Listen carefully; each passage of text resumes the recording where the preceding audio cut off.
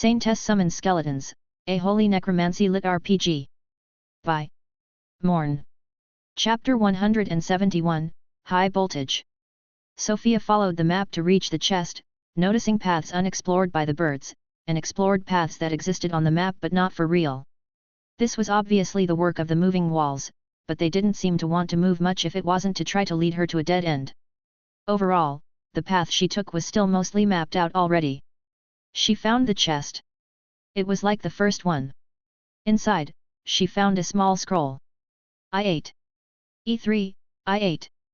There has to be more, so let's keep going. Sofia kept exploring and mapping the place. She had almost all of it well figured out now, and she even found 3 more chest scrolls, T4, X1, and 72. It was pretty obvious now that it spelled exit 7, with the password 31842. Unless it's just exit, and the password is 318472. Well, assuming it's a password of some kind. I saw the vault sellers in Huoaso selling number locked safes, so it could be something like that. Because if it's not that, I have no idea what it is. Couldn't find any other meaning to these numbers. Now, the only question left was, where was that exit? And it wasn't so much of a question either. There was one small corner of the maze she couldn't explore. The birds going there all died one by one, and there were no paths to get there from the opposite border. What section of the maze was that, exactly? The place where she discovered the lesser dragon. Looks like lizard extermination is a part of the job. I suppose the intended way is to analyze its movements, maybe lure it away and sneak past through other methods. Perhaps it's to do with using the moving walls to create a safe path, use them to corner the beast itself? Well, I'll hunt it. Sofia exercised caution and launched bird assaults on the giant lizard's territory from afar. She learned a lot about the place this way. First of all, this corner of the maze was undoubtedly the one with the most moving walls, they were everywhere. Secondly, whenever a bird got within 100 meters of the beast, it instantly died, always. Thirdly, the thing would keep chasing the birds it detected all the way until it hit the imaginary borders of its territory. The territory in question being the mostly unexplored part of the maze. Sofia quickly learned that she had no hope of outrunning the thing unless she could fly, which was impossible due to the restricted space. So she couldn't get too close. And it likes to hang out near the same path all the time. And it's the only path I haven't explored yet, and it can't loop back to the other side of the map because there's nothing there. This has to be the exit. If it is, I feel like the 1-year time limit is much more than enough, even for someone without the same tools as me. Anyone making a map, even by themselves, would end up stumbling upon the same chest twice and understand that something is wrong. The active dangers are the walls and the lesser dragon, which are both not that bad as long you are careful. It's as if the 1-year deadline is here to discourage you by selling a more complex task than it is rather than to act as a real time limit. Kind of a twisted thing to do. Or there's more to deal with after the lizard, but that doesn't seem right. It's already an unbeatable opponent to most people. Having a good grasp on the situation, Sofia was now more determined than ever to put her time to good use and hunt the lesser dragon. She just couldn't let it see her and couldn't go within 100 meters of it. And it was unsure whether she had the tools to damage it. Before committing to wasting time here, she scouted the path past the lesser dragon. She sent the birds, half of them to distract the lizard, half to explore past the uncharted way. It was hard to get precise information out of the birds with the limited orders they understood, but she still more or less understood that beyond it was the exit she was looking for. The next step was to go there in person, making extra sure to avoid the lizard. Sofia ran past the danger zone, and after a few more turns, she found herself in front of 9 vault doors made of the hard speckled stone, numbered 1 to 9. They each had the kind of combination lock that Sofia had expected built in them, made of the same stone. Exit 7, code 31842. Alright, this seems pretty final. Now I can use the year of free time. Zira assured me that this trial involved time dilation and that I would be out in, at most, a month. So I can use every second they give me, right? I'll still try to exit long before the end just in case there's a second part, but for now. Let's train the bolt. Like she had improved the armor, she wanted to improve the angel's bolt, but not only that, she wanted to free the slot. She knew the base spell well enough. If she just managed to make her version stronger from scratch, she could forever get rid of the actual skill. So she had one particular goal, changing her spell version to accept more mana. As long as it could equal the skill, she would be happy, but to kill the lesser dragon, more was better. 4 months later.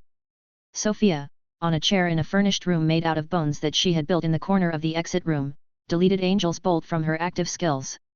That was how confident she was that her spell was so much better that she never wanted to use the original skill again. It had taken a terrible amount of research into which part of the spell influenced what, but she managed, thanks to the relatively straightforward nature of the spell. Ultimately, she found exactly what she was looking for, the power supply structure. Spells were, in essence, large ritual circles made entirely of mana, without runes, which happened inside and outside the caster's body. It was possible to understand them fully. Doing it without prior knowledge of which part did what was an obscure process, but not an impossible one. She had found and analyzed the part that interested her and played with it until she had what she wanted. Her own version of Angel's Bolt. One without a mana limit. She could send small 50 mana point zaps almost instantly or again empty her whole mana pool for a massive bolt, which she hadn't tried yet. She always had to dispel it with the staff to ensure the explosions wouldn't alert the lizard, but the bolt, even with only 30,000 mana in it, was already a hazard to her safety. The only downside was that the mana expenditure was worse than the original. She estimated it took her about 15,000 mana to recreate the power of the original's 10,000 worth. But getting the bolt to that point took exactly 10 seconds like it used to. And the casting time is proportional to the mana spending now. It's so flexible. After getting to that point, Sofia took a last nice sleep in her makeshift bone room before getting a plan of action on track. First, she had to wait for the lizard to wander out of the one path that linked the exit room to the main maze, and she sent the birds through. Eventually following when she was sure it was safe. Her next step was locating all the moving walls in the area and carving Sophia-sized paths through them all. Alternating the rats and the birds from the book, she instilled in an observer rotation so that no walls were allowed to move without her direct input. The book regenerated its fog fast enough that she could keep doing that forever as long as she didn't summon anything else. She moved as far away as possible and did stress testing for her new bolts. The range, speed, and accuracy increased in line with the power and casting time. A small zap was relatively slow and only traveled a few meters. The usual bolts hadn't changed, and the hypercharged 2-in-1 bolts were about 50% faster than the original, with terrific pinpoint accuracy and more range than the longest straight corridors of the maze could offer. Let alone the bigger bolts, because the 2-in-1 bolts only cost 30,000 mana, but Sofia had 94,000. At around 50,000 mana compressed into one bolt, her arm was no longer burning or melting. It started to disintegrate even faster than the high priest skeleton could heal it. So that's the limit of my body, about 3.5 bolts into one. However, although it couldn't protect her well against the heat of her spell, the orichalcum armor held. I'm not sure a single one of those will be enough to kill the lesser stone dragon. But I'm not limited to one. Chapter 172, Lesser, Dragon Slayer.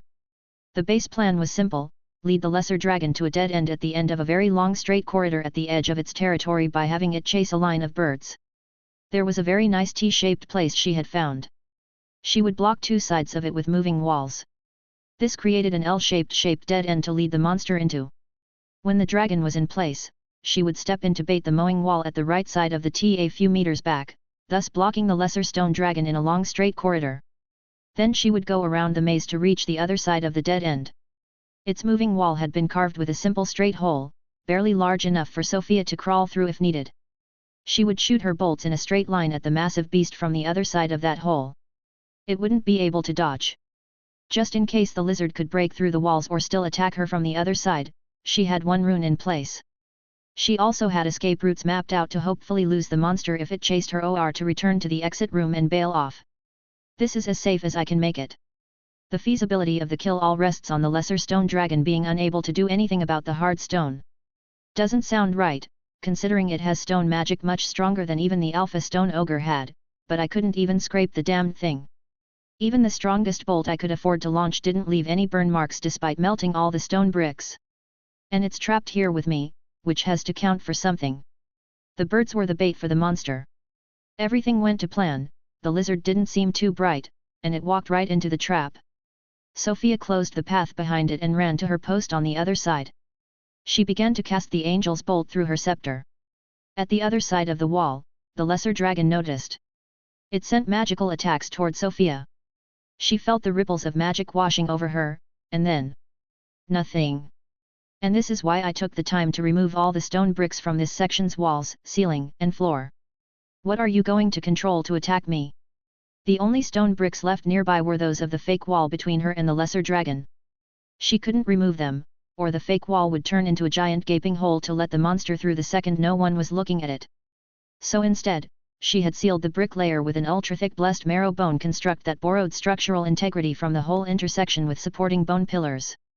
The blessed construct cracked and shook, the bricks behind controlled by the beast's magic, but the protection held, its self-healing properties ensuring it lasted through the continuous assault. Not so strong when there's no stone for you to use, eh? This is like the Orvad fight all over again. The monster roared and rampaged from the other side of the 500 meters long fake wall. The whole maze shook, but the moving wall separating them was holding up perfectly fine, thanks to the hard stone. The monster calmed down. It sent another wave of magic. Sofia saw the wave of stone teeth rushing toward her through the hole in the wall.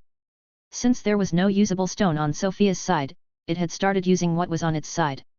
The bolt was only at 35,000 mana, but Sofia had to let it go to counter the attack. The recoil sent her back a few meters, and the bolt met the stone inside the hole and exploded. The force of the explosion, blocked by the hard rock, had nowhere to go but back at her.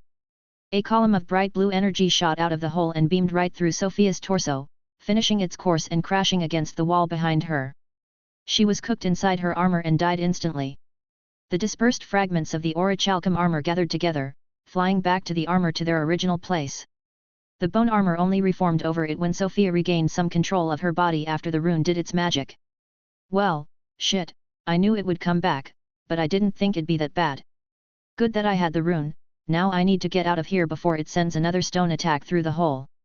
Back on her feet and fully armored as if nothing had happened, Sofia left this section of the maze. Now what? That was a bit more dangerous than expected, but a good reminder about the dangers of using explosive weapons in tight spaces. How many times has it been now? Soon I'll become an explosion expert. I wonder if the lizard got its own column of fire to deal with. I'd say probably so unless its attack held. But who knows? I can always keep doing this until it runs out of stone to send my way. The stone it used for the attack probably didn't disappear, though, it's molten, but it'll cool back down to another kind of stone, won't it? So it's like an endless supply. No bolting then, but I can think of some other way. Sofia summoned the plant mage from the book, it was the one given to her by the Emperor as payment for information. That was only the second time she ever summoned him, the first one being when training with Zire. She had tested all the summons she could. You can make plants that produce poison gas, right? This guy's magic is all about flowers. Poison flowers, thorn flowers, trap flowers. Surely there are poison gas flowers? The skeleton looked around. It seemed lost. Something wrong. The skeleton pointed at the stone floor. Oh. No soil. That would be troublesome to grow flowers. This guy's abilities are pretty limited. Typically, soil is much easier to produce than skeletons, so necromancers are worse. Sofia thought she could probably have the guy grow flowers from her food, but that was a waste, so she unsummoned him. Dumb idea anyway, the lizard can plug the hole, as it demonstrated. Just how do I kill it, then? Is it time to give up? It's not as if it undo my training of the bolt anyway. But that would be an annoying missed possibility. Plug the hole. If the hole is blocked, it's in a completely sealed environment. Sealed. Do I have skills that can take advantage of that? I sure do. Let's drown the damned thing. But Summon Blood's range is only 199 meters. And the wall is 500. What about? Sofia used Graveyard of the Righteous and moved into the ground before trying to use her other skills while in the spirit realm. 2 of them worked, Heal Undead and Summon Blood. There we have it. Wait, no, the math is wrong. Summon Blood's range is 199 meters, and the Graveyard's radius is 295.5 meters from the casting point. That's 497.5 meters of range at best.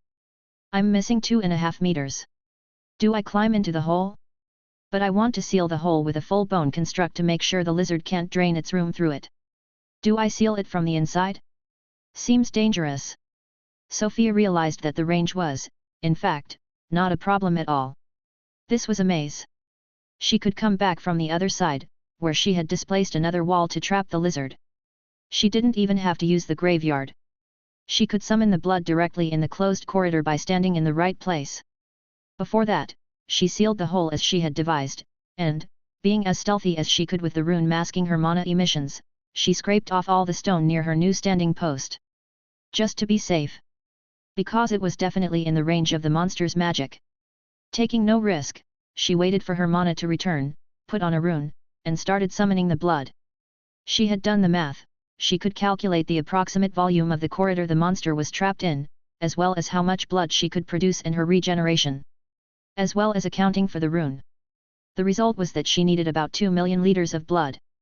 Which, if she was diligent about putting on the rune in between every run of summoning blood, would take about 130 rounds of blood summoning. Considering that right now, it takes about 40 minutes for my mana to replenish fully, I can start putting on the rune after half an hour, and it will only cut my regeneration when it's on. So I'm not wasting time putting it on, just some mana. If we say 5 minutes per run plus the regen time, that will only take 4 days. The following days were ripe, with the quakes originating from the maddened monster enclosed within a tunnel that was slowly being inundated. It died before the estimated time, sometime in the middle of the 4th day. Sofia heard the telltale ding of a system notification. My first kill by blood. Oh! My blood can slay dragons. Almost dragons. It had dragon in the name, so that counts. I don't care. I'm Sofia, the Dragon Slayer. You have defeated Lesser Stone Drake, leave 333. Way of the Fool grants significant bonus experience. Way of the Fool reached level 20. It doesn't actually have dragon in the name? I was lied to. Scammed. Give back my money. I paid a lot for that book on rare monsters. I'll settle for Drake Slayer then. Also, what bonus experience? I'm stuck at 199. This doesn't even go toward paying off the debt. When Sofia used the graveyard skeletons to go check on the dead monster, there was not even a single bone to be found amidst the mass of blood. It had all faded into nothingness. Such a disappointment from start to finish. I hope at least Sen is impressed. You better give bonus rewards for that, you hear me? How many people have killed this thing in the history of the trial? Can't be many. Chapter 173, Straight Up Cheating. Sofia entered the code on exit door 7 and opened it. Her vision changed. So that's that done. Objective completed in 4 months 35 days 17 hours, teleporting to floor 5. 7 hours shy of 5 months. And I'm not even halfway done with phase 1. Ranking Spire phase 1, floor 5/10. Objective, completely fill one of the orbs with your mana. Preparation time, 10s, time limit, 2 hours. 2 hours? Where are the orbs? Sofia was currently standing in the middle of a circular room like she had been for the poisoned food floor, except the room was about 10 times larger in all dimensions. Space to fly. She had Perith come out, too, despite him being likely useless considering the prompt. Good to see you again. The 10 seconds of preparation time ended. On every side, something was coming out of the ground. But it wasn't digging, it was phasing through. No way. Sofia was speechless. Skeletons. Out of the ground rose 4 giant skeletons. They were at least 15 meters tall, and each held a different weapon. There was a sword, a spear, a cleaver, and a staff. Before they could fully make their way out of the ground, Sofia had flown up and out of reach of the giant weapons. Perith had also moved, rushing to the curved walls of the room to avoid being surrounded. Sofia couldn't identify the giant skeletons, but they looked no weaker than the lesser drake. She also found the orbs. They were glowing white and hard to miss, floating in different places. The cleaver-wielding skeleton had an orb where his heart would be inside his ribcage. The spear skeleton had the orb in one of his eye sockets. The sword skeleton had an orb acting as his sword's pommel, and the staff-wielding skeleton's orb decorated the top end of his staff. As soon as the giant skeletons turned fully corporeal, Perith engaged in the fight. His goal was to occupy and, if possible, immobilize the skeletons. I'll identify the orbs first. Decoy orb, when filled halfway with mana or destroyed, explodes, releasing dangerous shrapnel and a cloud of highly toxic fumes. Oh! Not the staff decoration, then. Perith barely managed to hold off one of the giants in terms of raw strength. Thankfully, the giant skeleton's weapons weren't all that effective on another skeleton. But Perith could change his into a more appropriate mace or warhammer, and his skills were well suited for such situations, so he still occupied 3 of the 4. The staff-wielding one was channeling magic, though, and Sofia felt the attack was for her. She had 1 rune up to save her in case of a severe problem, but that could be a problem since it stopped her regeneration, and she needed mana to fill the orb. She quickly scrutinized each orb and found that the real one was the sword's pummel, while the other 2 were also decoys with different effects and activation thresholds. The spell from the staff-wielding skeleton finally came. It was an unending barrage of fireballs as tall as Sofia, aiming for both her and Perith. He was touched by many of the fireballs but lost no health. Sofia flew past the fireballs aimed at her one by one as she dived toward the mage's skull. The good thing about bones. I can break them. Sofia's hand reached the giant skeleton's cranium. Bone Dominus. The skull exploded in a rain of bone shards. Despite being headless, the skeleton still tried to grab her with his free hand. She slapped the hand off, every bone that she touched exploding at her contact. Sofia vaulted out of the cervical vertebra she was standing on, she let herself fall, her hand sliding over the whole spine on the way down. In a series of bone explosions, the first of the 4 bone giants fell as its spine crumbled and started fading into the mana it always was. Sofia even managed to catch and store the actually real decoy orb before it hit the ground. You have defeated Bone Colossus, leave 299. I couldn't dream of an easier opponent. The 3 others soon suffered the same fate. Perith was full on grappling them to keep their attention, and Sofia flew around until she found an opening. In only 5 minutes, Sofia landed with the 3 decoy orbs in her storage and the real one in her hand. She pushed some mana into it, and the orb filled slowly. Very little mana was needed, only around 100 points in total, but to fill the orb required good mana control and prolonged direct contact. It took Sofia about 15 seconds. That'd be way harder to do while the 4 things are coming at you. But when it comes to skeletons, I'm the one in charge. Objective completed in 5 minutes 42 seconds, teleporting to floor 6. Actually halfway through now. Sofia stored Perith, and her vision changed. Sofia had been teleported to a sort of small, traditional-looking training room with wood walls and soft mats on the floor. There were some racks of wooden weapons lined up against the walls. The room smelled fresh and clean. It felt like a comfortable place to train in. The warm atmosphere was complete with a soft afternoon light shining through the opaque white windows. Sofia could see the particles of dust flying through the rays of light. This is a nice place. No space for Perith, though. Ranking Spire Phase 1, Floor 6/10. Objective, get the Master's approval. Preparation time, 10 minutes, time limit, if the Master throws you out. Approval? Throwing out? Sofia's first reflex was to store her armor and weapon. I have 10 minutes to prepare, much more than usual. So I think this is an important detail. First impressions are key in social settings like these. I know nothing of the Master's customs, though. I guess being polite is a good start? Sofia looked around, and a few details in the room caught her attention. Square purple cushions were lined up on the ground behind her, and a single brown cushion in front of her. She couldn't quite make sense of them until the paintings on the wall caught her attention. They all represented scenes inside this room. On most of them, you could see the same frail-looking tall old elf in a white uniform with a red belt. Must be the Master. The Master was always frowning and looking over a group of students. They wore similar white outfits, but their belts were in a lot of different colors. But no red. On one of the paintings, everyone was sitting cross-legged on the cushions, the students on the purple ones, facing the Master on the brown one. If I'm to get approval, I should probably be a proper student and sit cross-legged on a purple cushion. What else? She only gave a cursory glance to most paintings, there was more to explore. Behind the cushion, on either side, were 2 small rooms behind closed sliding wooden doors. One had a drawing of a woman and one of a man on the door. Reminds me of the public bathrooms in inns. I never used them, though. I've been living in luxury. Sofia walked over to the women's room. It was quite small, with empty square shelves against the walls and 3 wooden benches placed haphazardly. There are some of the white uniforms piled in the corner. Sofia sifted through the pile of neatly folded uniforms, looking for one her size. They all looked like they were wearing uniforms too large for them in the paintings. I'll take a size above what feels right, I guess. I'm surprised they even have something that fits me. Sofia had no trouble putting on the two-piece uniform, it was only pants and a jacket. Whoa, this is airy. I need a belt to close this up. She returned to the main room to look at the paintings again and ensure she was wearing that thing properly. Oh, they're all barefoot. Need to do that too.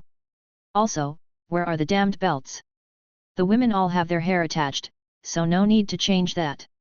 Returning to the changing room, Sofia found a container with neatly folded belts of all colors that had been tucked into the lowest shelves behind one of the benches. Some of these never even appear in the paintings, some sort of trap? They're also not arranged properly by rank. It clearly felt like there was some sort of ranking, but these are all piled together. She walked back to the paintings again. It looks like children usually have white, yellow, or orange. Teenagers green and blue. Adults brown and black. Black belts are mostly old-looking people, though. Should I take a white belt? I'm probably considered a beginner in whatever this guy is a master of. The training seems to be varied, but mostly close combat. And some of the older people have white belts there, even if it's mostly children wearing them. Sofia couldn't help but fixate on the red belt standing out from the rest in the chest. Chapter 174, Roasted and Fried. The young adults mostly have brown belts. I'll take a brown one too. I risk looking overconfident with this one, but with the other one, I risk looking like a child. I'm tempted to take a red one, but this is not the place to be taking such high risks. Not when I can get thrown out. The brown one is already a bit dangerous, white is probably the safest choice. But also a bit boring. She grabbed a brown belt and returned to the painting with the clearest vision of a belt knot, the portrait of the master. Lords! How did they even end up with a knot like that? It's clearly deliberate, but it's so complex. Why so complex? Is this a belt tying trial? Sofia struggled to understand how to do this properly. No matter what she tried, it didn't work. She even summoned the soldier skeleton to help her figure it out, but she was running out of time, and the knot on her belt still looked nothing like the one in the painting. Oh, whatever. I need to at least sit. She looked at the cushions, hesitating. I'll go for the one facing the master. The preparation time ran out just as she unsummoned the soldier skeleton and adjusted her sitting posture to mimic the one in the paintings. The sliding door of the men's changing room opened, and out came the old elf from the painting. Wearing a white uniform with a red belt, walking chin up, straight like a ruler, with his arms behind his back. He gracefully sat facing Sofia on the brown cushion without saying a word. Fighter, LV 400+. Oh. I'm glad I didn't take a red belt. Sofia tried not to look too much, but the master was staring at her, not hiding it in the slightest. Is he inspecting me? The old elf opened his mouth. His voice was soft and deep, oozing authority despite its calmness. Student, your knot is crooked. Yeah, I know. What? Do I answer? Well. The master continued, are you not going to the changing room to fix it? Sorry, old man, there's no way I'll manage to fix it, especially in the changing room without a reference. Please pardon me, master. I seem to have forgotten how to tie my belt. The master clicked his tongue. You have? What did they teach you out there, student, that you would forget how to tie a belt? He snapped his fingers, and Sofia's belt untied and quickly reformed, too fast for her uniform to open, the new knot pristine like the master's. Kind of a useless skill to have, but neat. Thank you very much, master. Never show up with an untidy belt again. Of course, master. I am sorry. Now how do I get this guy's approval? An approval for what? Does he know this is a trial? He didn't seem like it. Is he real, or is it another trick of the system? Show me your status, student. Should I? I mean, if he's part of the system, it's not like they don't have access to it already. The master glanced at Sofia's full status page. Looking confused, he scratched his head, messing up his cleanly tied up black hair. Student, he sounds worried. What have you done with your skills, student? Are you mad? Did you fry your brain instead of your rice, student? Such a bad cook you are. I understand your doubts, master, but these skills have been exactly what I needed to strive until now. I'd like to see you try to cook something better with the words I had, dry-aged old man. If you say so, student. If you say so. At least they are properly leveled, for the most part. Why the neglect of heal undead? Is this how this is going to go? At least the training paid off. I can imagine how he might react if all my skills were under-leveled. Heal undead is inconvenient due to the space it requires and the high mana cost. It's inefficient for healing a lot of strong undead due to the restored health being tied to the cost, and I already have Bone Dominus' Blessed Construct for free passive healing. I see. You should learn to free cast it soon to free up more space. Restore command is a decent alternative as well. He can even see my free keywords. Restore command is also a healing skill. Can you not read, student? The master questioned, looking at Sofia like she insulted his whole lineage. Restore command is a restoration skill for repairing objects. It is not ideal to heal a living being, but it will do quick work of a broken skeleton.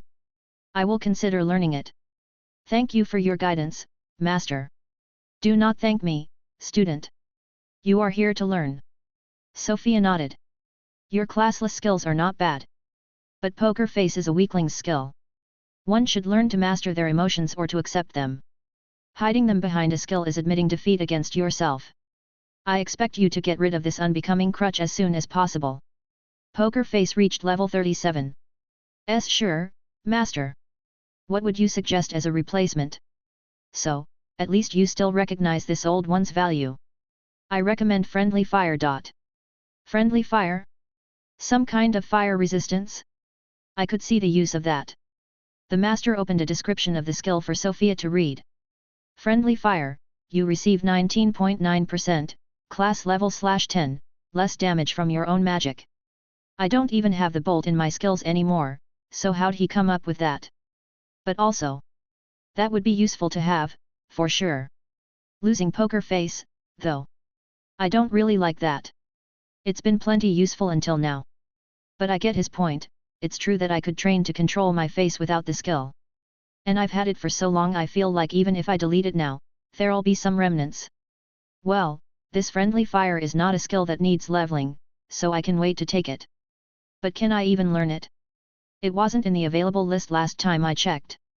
Never saw any skill like that. Sofia looked through, and she could actually learn that skill right now if she wanted. Did him bringing it up add it to the list, or was it already there, and I never noticed? That was a valuable insight, thank you, master. I know what it is you seek, student. You are not ready. So he does know about the trial? I trained as much as I felt was necessary. Unless he means the whole killing scripture thing, in which case, yet. And the results are clear, student, nevertheless, enough it is not. Then what is enough? Nothing. The goal you set out to achieve is impossible. Give up. You are not special, student. You will fail like everyone before you. At fully clearing the trial or at killing a god. Which one is it, old man? If I am not special, then no one is. This is fine, though. I will still try. It doesn't matter if it is impossible and I fail. I will at least try.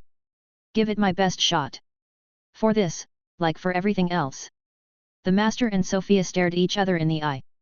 Him disapprovingly, her calm and collected. The old elf looked away first. Like a deflated jug, his posture wasn't so straight anymore. Student. You do understand that your life is on the line, do you not? I do. It is nothing unusual. Unnecessary bravery has no merit. What if it is necessary? Like, to kill a god? I understand your plight, student, but be warned, explosive growth often leads to an explosive death. He's really trying to discourage me. As if I would give up now. I won't be stopped by an old man fancying himself a master.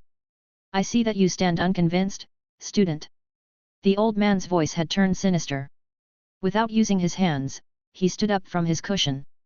Before Sofia could even react, he was holding her up by the neck, her feet dangling in the air. She was shocked and couldn't talk, but she didn't need to breathe, so at least she wasn't suffocating. She couldn't activate any skill. Even Perith tried to get out and couldn't. See, student. This is how easy you are to neutralize. How weak you still are. His eyes stared into Sofia's soul, but as the last thing she could do, she kept her calm disposition as she stared back. Poker face reached level 38. Poker Face reached level 39. Poker Face reached level 40. The old elf released his grip and gave a last piece of advice. Never forget it. Now go ahead, student. I will be watching your climb. Objective completed in 8 minutes 40 seconds, teleporting to floor 7. Chapter 175, Taking a Stance. See, I knew Poker Face wasn't such a terrible skill. Goodbye, master. Won't miss your strangulations, but thanks for the advice and the fast pass. Sofia was still recovering from the chokehold.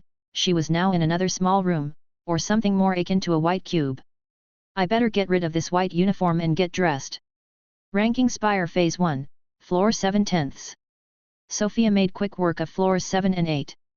They both had the same principle.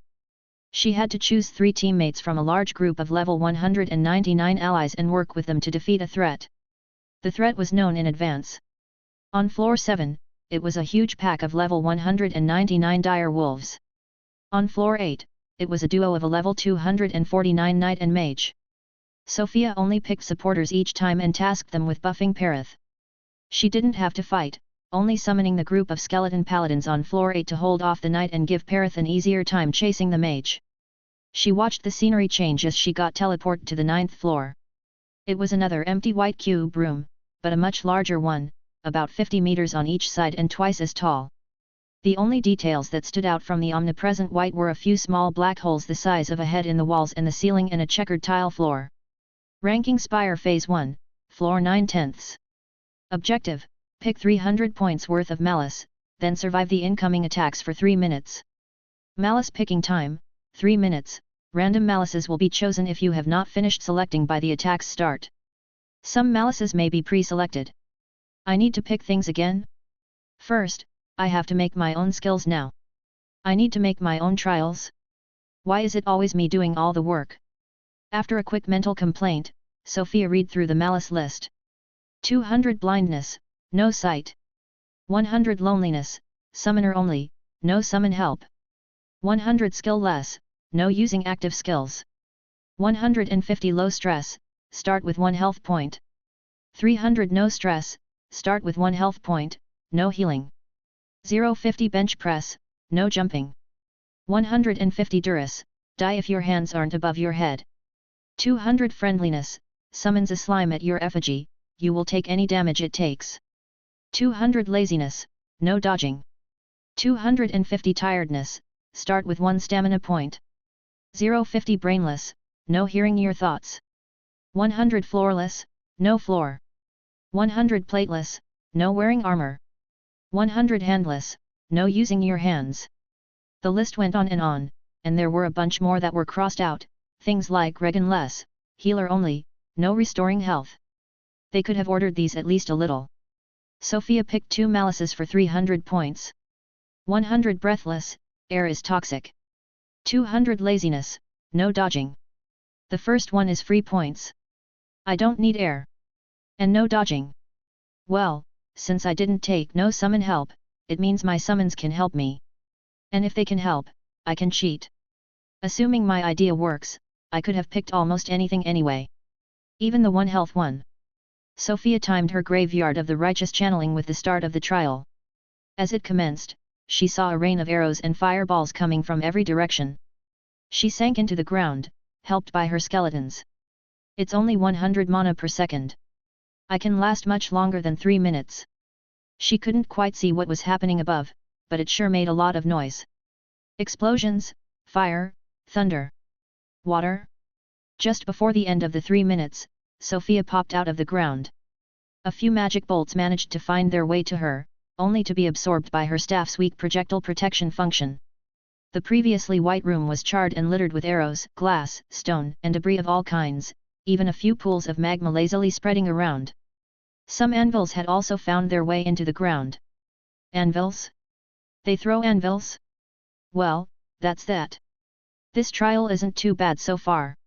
It clearly wasn't designed with my absurd skills in mind. Objective completed, teleporting to floor 10. Let's see what the final test is. Ranking Spire Phase 1, Floor 10/10. Preparation time, 30s, please, take a seat. No objective. The place Sofia had been teleported to was yet another white cube, Or a white plain? I don't see any walls. There was nothing around except for 2 empty chairs on either side of a small desk. Sofia walked to the nearest chair and sat down. Perith was waiting behind her, his hands resting on the pommel of his giant sword of light. Feels like being told to go wait at the orphanage director's desk because you caused trouble. Not that I have any experience in that, of course. I can never be told again. Someone was sitting on the other chair. Well, if that isn't a happy way to celebrate almost being through the filter. Sofia looked up at the person talking, Sen. It's me.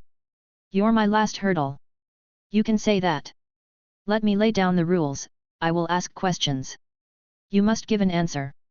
Try to explain your answer in detail when you feel that it is necessary.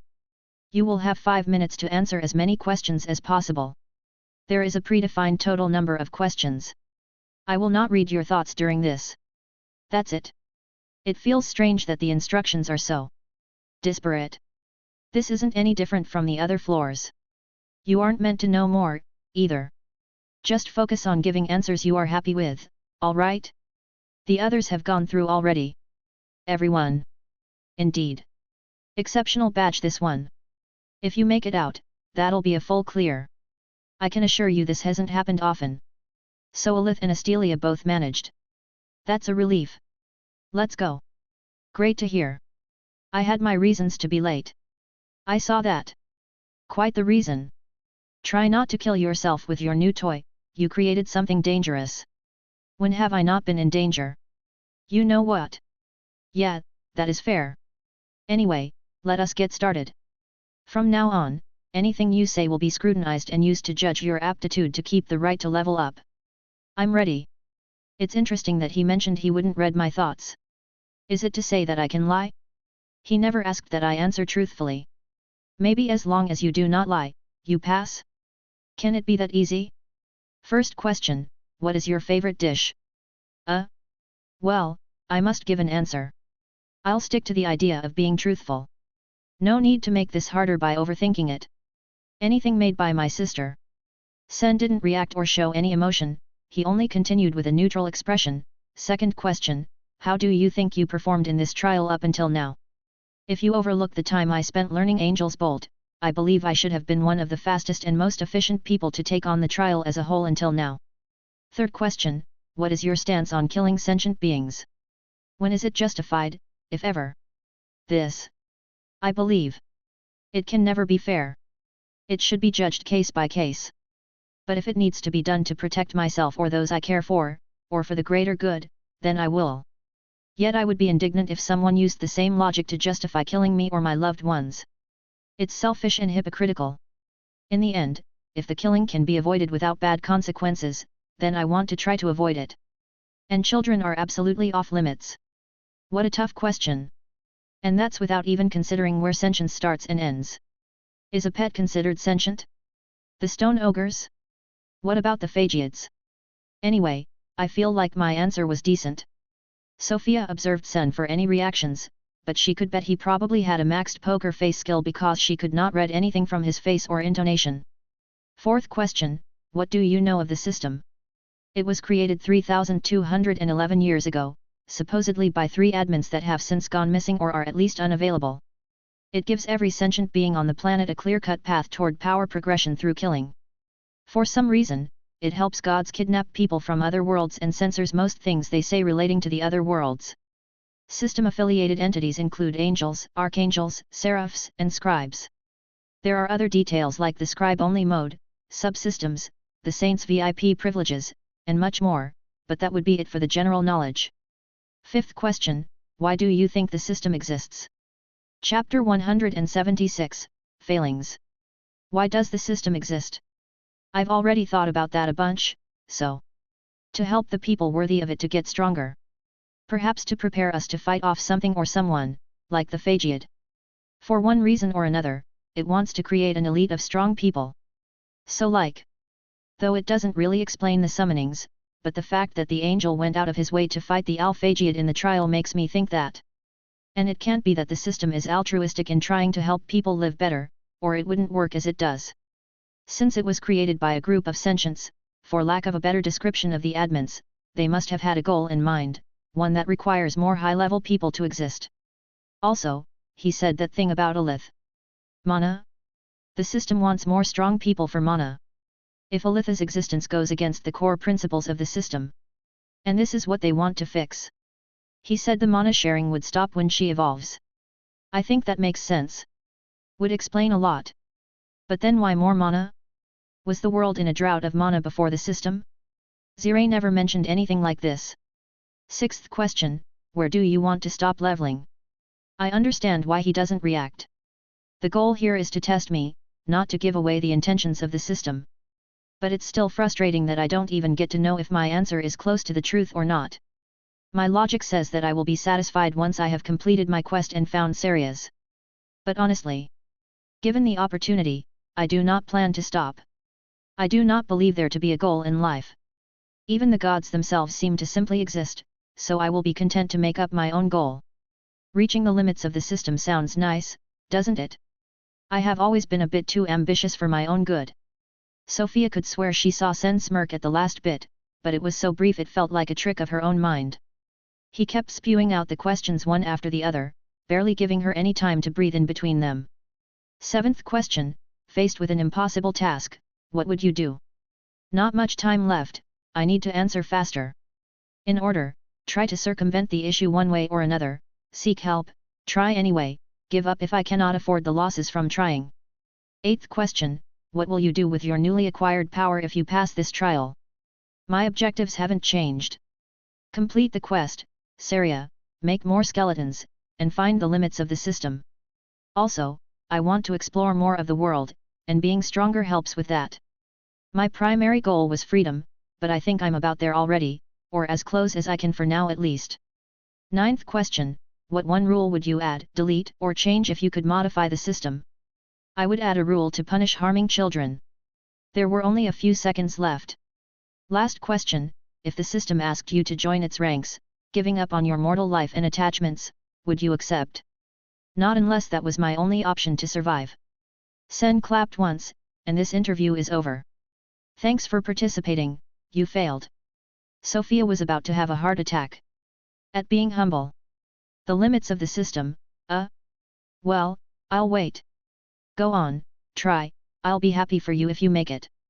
Quite the guts to say that to my face. You're pushing all kinds of limits already. Objective completed, beginning phase 2 in a moment. You.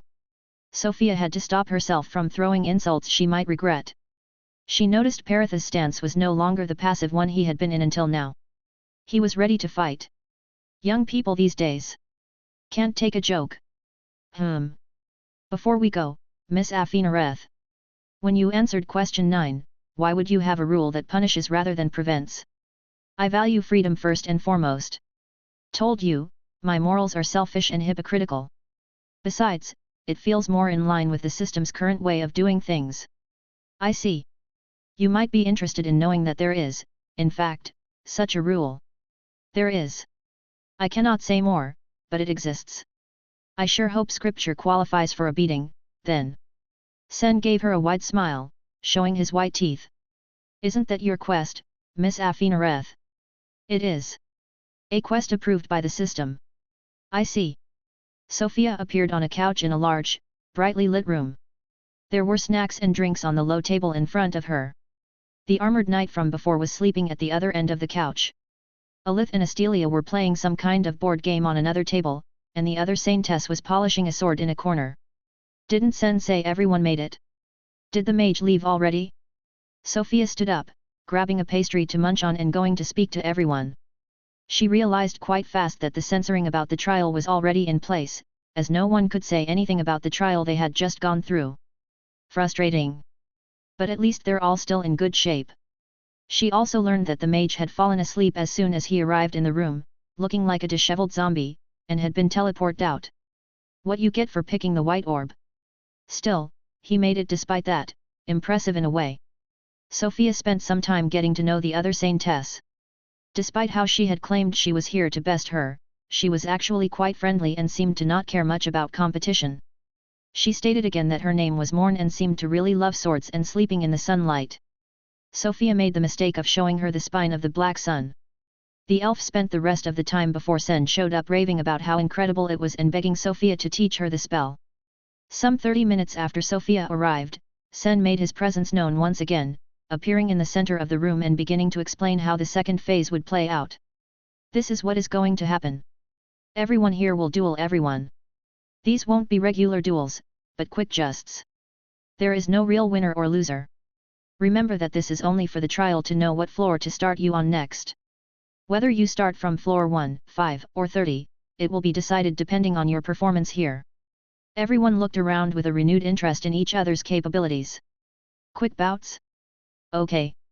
That's 10 fights total. A few more things to keep in mind. Don't go easy on your opponent, you would only penalize the both of you. You cannot die here, so give it your all. And the most important detail, you may only use one passive and one active skill per joust, and you cannot use them again after that. The skills you don't choose will be locked out or deactivated. For instance, Miss Sofia's wings, if not selected, would lose their ability to fly. What about specializations? Sen could hear her thoughts. He answered her silent question. As for things like special, classless, and racial skills, they will always be on, but as a rule of thumb, try not to rely on them more than once if you do not want your score to be impacted. Specializations count as a skill for their original category. You'll have to select them to use them if they aren't classless. Also, you will be healed between fights. Any more questions? It was Morn who broke the silence. Who starts? Sen chipped in again. First come, first serve, challenge someone. Then I shall challenge this lady first, the old knight stated, looking at the nearest person in the room. Me? I mean. All right, come at me. Do I look like the easiest pick out of everyone here? Maybe he chose me first because I finished last. Or because of some prejudice against saints. The order doesn't matter much anyway. Good. You can start thinking about what skill to pick right now. You will be teleported to the arena, and you will have 10 seconds to pick, then 5 seconds to prepare. The fight itself lasts for up to 10 seconds if there is no clear winner. Not exactly fair to people who fight through attrition or with long channelings. Sofia was teleported to a small and dim room. The ground was covered with a thin layer of sand. For this one, I want Bone Dominus for the Blessed Shield and Graveyard of the Righteous. There's a 5-second preparation time to precast channeled skills, better use that to my advantage. Graveyard is a 6-second cast. The shield can surely buy me 1 second, no matter how small the arena. The skills, Graveyard of the Righteous and Bone Dominus have been selected. Every other class skill has been temporarily disabled. A big glowing blue 5 appeared on the room's large door. Sofia took out the Blessed Shield and started casting. While doing that, she also took out her mithril dagger and sliced off her wings. No need for this dead weight. She left one behind but picked up the largest bone of the other, holding it like a mace in her right hand. The number on the door changed to 0, and Sofia was teleported into the battlegrounds, a brightly lit circular arena about 100 meters wide. There were a few stone pillars near the edges, leaving plenty of space to fight in the middle. The ground was covered in a thin layer of sand, like the waiting room. The knight was in a similar position on the opposite side. He was sprinting in a straight line. He'll reach me before the cast ends. Chapter 177, Tournament Arc. The knight crossed the 100 meters in half a second, and his mithril warhammer came down at a terrifying speed. Sofia blocked with the Blessed Shield, which shattered under the hit but absorbed all the damage. The bone construct would repair itself given time, but for now, whatever was left of it could only give Sofia the bonus for being there. That was both of his skills. Sofia jumped back to avoid the follow-up strikes. The graveyard skeletons were starting to come out, but the knight was fast. She narrowly dodged the first 2 hits by blocking the knight's path with the appearing sandstone gravestones, but the third struck her side, leaving a big dent in her orichalcum armor. Health, 8110/10,995. The first skeleton emerged from the ground, grabbing the knight's ankles. The old man reflexively hit the skeleton to free himself but failed at killing it in a single hit. He looked shocked at the tenacity of the summon but quickly looked up to follow up with another strike toward Sofia, who was still in his range, if barely. Then he died. The wingbone Sofia held in her hand, changing form like a key to fit a lock, had taken the T-shape of the frontal hole in the knight's helmet. And it had shoved itself in there under her control as soon as she found an opportunity. Cutting the knight's head into 3 pieces. Can pierce walls, can also pierce people. It was worth training the accuracy against Zire. He destroyed the Blessed Marrow shield in a single hit, very strong. He's not actually dead, right? I got no notification, so it should be good. That lasted, what, 3 seconds? First, win for me. Sofia looked around, spotting the 4 speechless spectators observing the fight from an invisible platform above. She waved at them. How did you like my performance? You can clap, you know. Sofia could swear Sen rolled his eyes at her. She was teleported to the platform along with a healed up and heaving knight. Us next. Alith declared, pointing at Astelia, and they both disappeared. No one's going to make any comment, TSSK, can't appreciate my art. Sofia thought, walking up to the knight busy recovering from his almost death. Are you all right? He forced himself back to shape and extended an open hand. I have had better days. Well fought. Sofia shook his hand, well fought. Meanwhile, Sen and Morn were focused on the empty arena below. It's about to start. Alith and Astelia appeared opposite each other in the arena. Astelia isn't wearing her armor?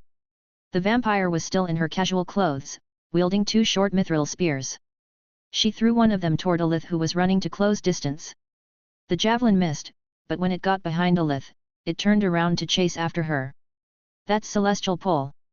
I wonder what passive she chose, greater physical absorption maybe? That would help against Alith's commas. Alith hasn't used a skill yet, but her passives are all terrible for combat, so she only really has one skill for the duel. The javelin impaled Alith from behind. It pierced through her head with no resistance. That's not right. No doppel armor? That has to be the Lady Double. As expected, Alith reappeared half a second later, right behind Astelia. In a swift comma strike, Astelia was beheaded. Damn! A single strike?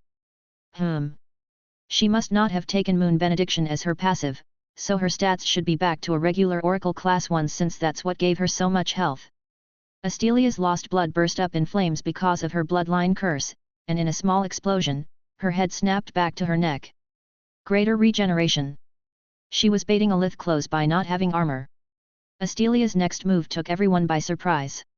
Having just recovered her head, she violently stabbed herself in the chest with her javelin. Alith was still standing behind her and trying to attack again, but she had been thrown off by the explosion resulting from Astelia's healing. As the point of the javelin showed up out of Astelia's back, Alith was slammed headfirst into it. Under the tremendous pulling power of Celestial Pull, she couldn't free herself. Her face stopped a few centimeters from the tip of the weapon, held back by Doppel's ethereal protection. Sofia saw the waves of mana pulling Alith stronger and stronger toward the weapon as she tried her best to free herself, to no avail. The battle ended with Alith's head stuck to Astelia's back, impaled on the javelin. That's a brutal way to fight coming from her. You did your best, Alith. A few seconds later, both girls reappeared on the spectating platform. Astelia was out of breath, and Alith teetering, trying to find her balance. Hey, that was a lot less painful than my first death. Got me good, Astel. You got me good also. I didn't expect to lose a head so fast. Sen looked over the group. That's 1 win for Miss Sofia and 1 win for Miss Glacier so far. Anyone wants to take bets on the best performance of today? Are you really the organizer from the system, Sen? Hey, can you all stop looking at me like I killed your pet? Why are you so serious? You're all going to get your level up. Relax a bit. Since no one wants to bet, choose your first opponent, Miss Star. Star? Everyone looked at the Sun Saintess, who suddenly turned red. I'll fight him. She blurted out, flustered, pointing at the person closest to her. All right, Sen said as the 2 fighters vanished. The knight and Morn soon appeared in the arena below.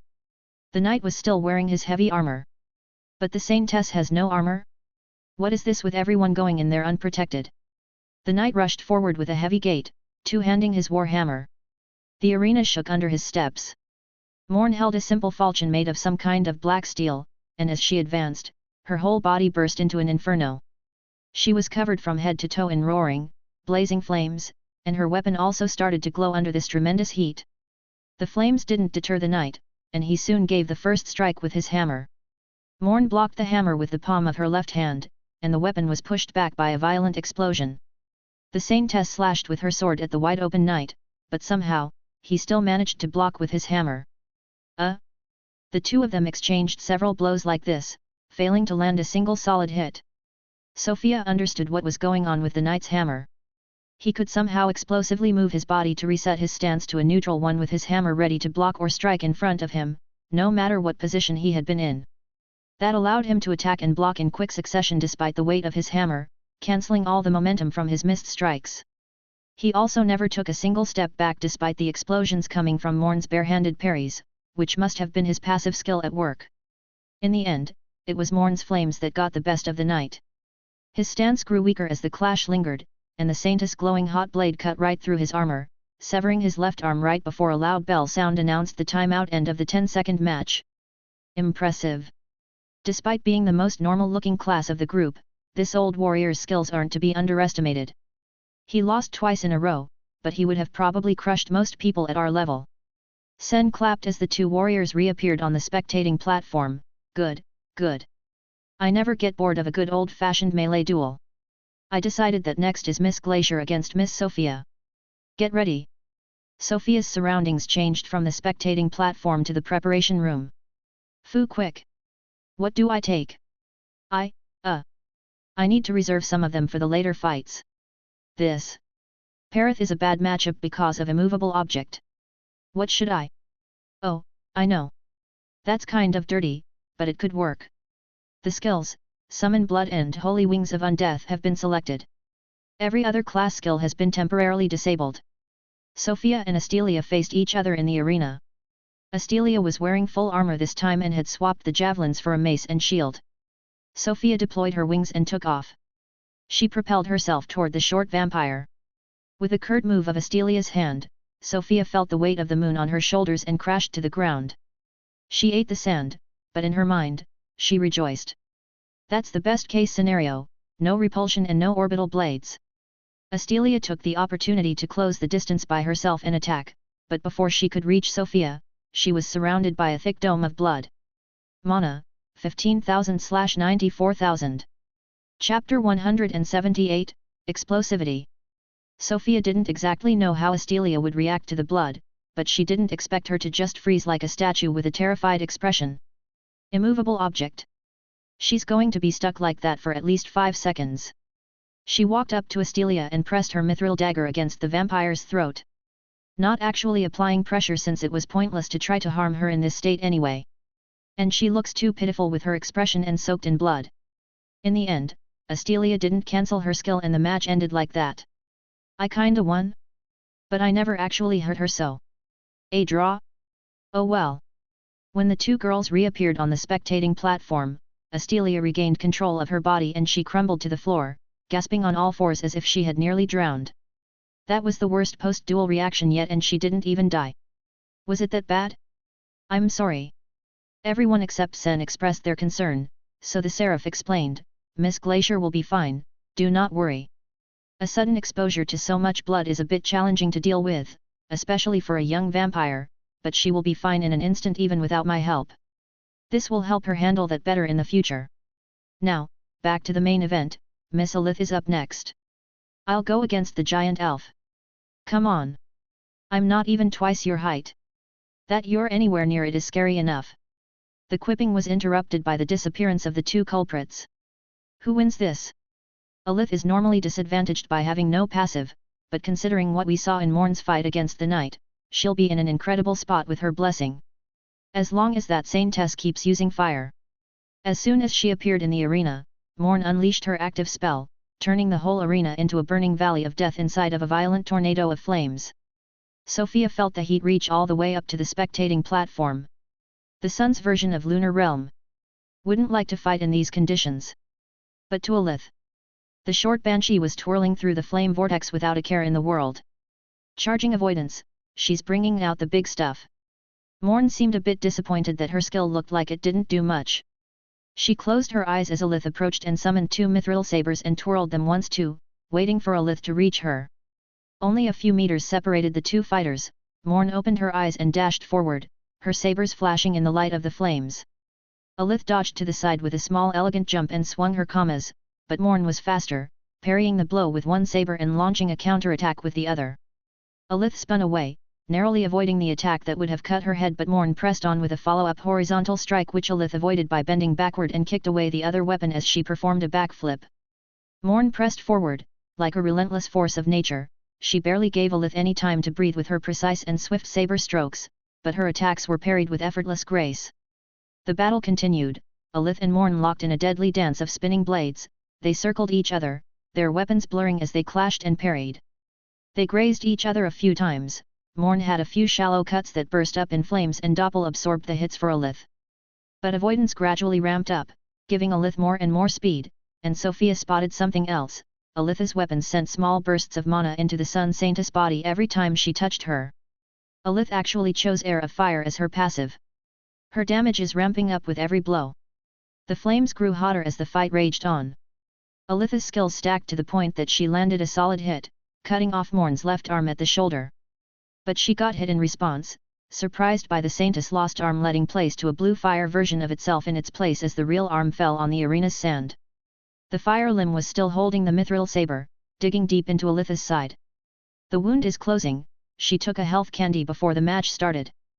Both fighters took a step back before re-engaging. The clash of blades went on. Morn lost her second arm which was also replaced by a functional fiery limb. But these fake limbs were ever so slightly weaker than the real thing.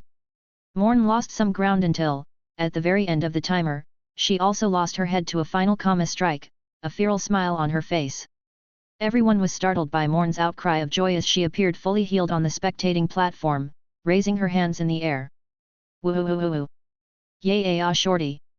That's what I've been waiting for. That's what it's all about. Not what you'd expect of someone who just lost their head.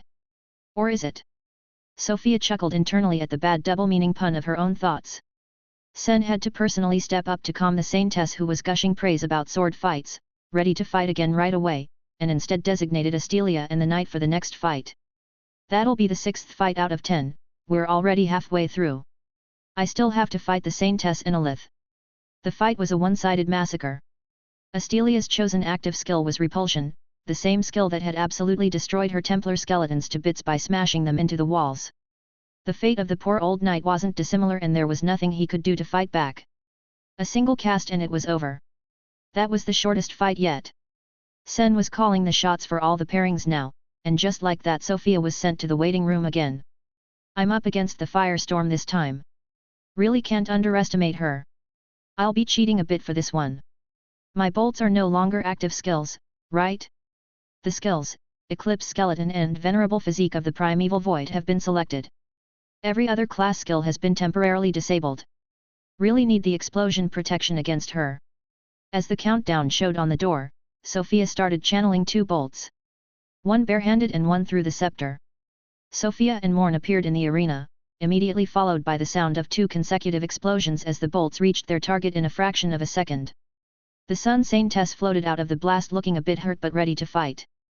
These were only a third of the original's power so. Also, levitation passive skill. Sofia adjusted her plan but all she had to do was to start casting 2 more bolts while Perith appeared to block the enemy. Morn was surprised at the appearance of the giant ogre skeleton, and Perith's blade almost reached her as she flew straight for Sofia.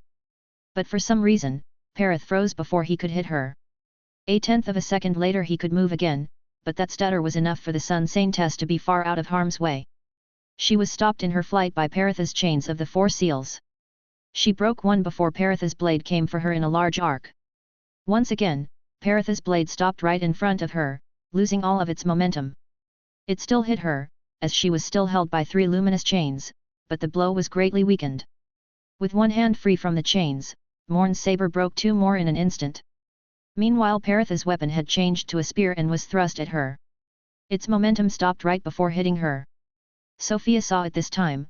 This skill released a mana wave that was similar to the petrification curse waves Zire used when she was mutated. Everything the mana touched was frozen in place but the effect only lasted as long as the target was in direct contact with the wave. Once it had finished washing over them the effect stopped. And the wave itself faded after a few meters. Perith's spear had stopped, but he dispelled the chains and used gravity well to forcefully pull Morn onto the tip of his weapon. Taking notes from Astelia's gravity and spear trick I see. It failed however, as the force keeping the Saintess afloat in the air was enough to counteract the pull of Perith's skill. Morn had managed to pass Perith and dived straight for Sofia. It took Sofia a great deal of self-control to not throw the newly formed bolts, but they would have been much too weak to do anything yet. They needed more time to charge. Or so she thought. Chapter 179, Snip Smack Slap. Sofia didn't quite understand how, but she knew Perith wanted her to throw the bolts right then and there. And so she did. The bolts hit Morn. The explosion was bright but weak. Perith teleported to Sofia. Standing right before her, his weapon had become a giant pair of shears. He tried to snip the Sun Saintess in half at the waist. Once again, the momentum of his weapon was stopped by a wave of mana, but this time, he prevented Morn from moving by blocking the ways out of the shears' grasp with his 4 flying shields of light. Morn easily broke through the one blocking her way up, but she was too slow to escape the sudden closing of the shears and lost both her legs to the brute force clamp of the dull shears. She hadn't as much as twitched when losing her arms in the fight against Alith, but she couldn't repress a pain scream this time. She lost control of her flight, and Perith caught her with his huge hand. He crushed her under his grasp. That looks painful. Sofia and Morn reappeared among the spectators. This was the most silent the spectator platform had been until now, though Alith was nodding as if she had expected that result, which she probably did. After all, she was the one person who had the most experience fighting Perith. She knew precisely how scary he was. It was not by luck that she bested Morn in a blade fight. She had been exchanging blows with Perith and Zire the whole time when Sofia trained her skills. I should have kept the solar realm for this fight, the elf mumbled to herself, giant teleporting paladin skeleton. Sen looked over the participants, 3 more fights today.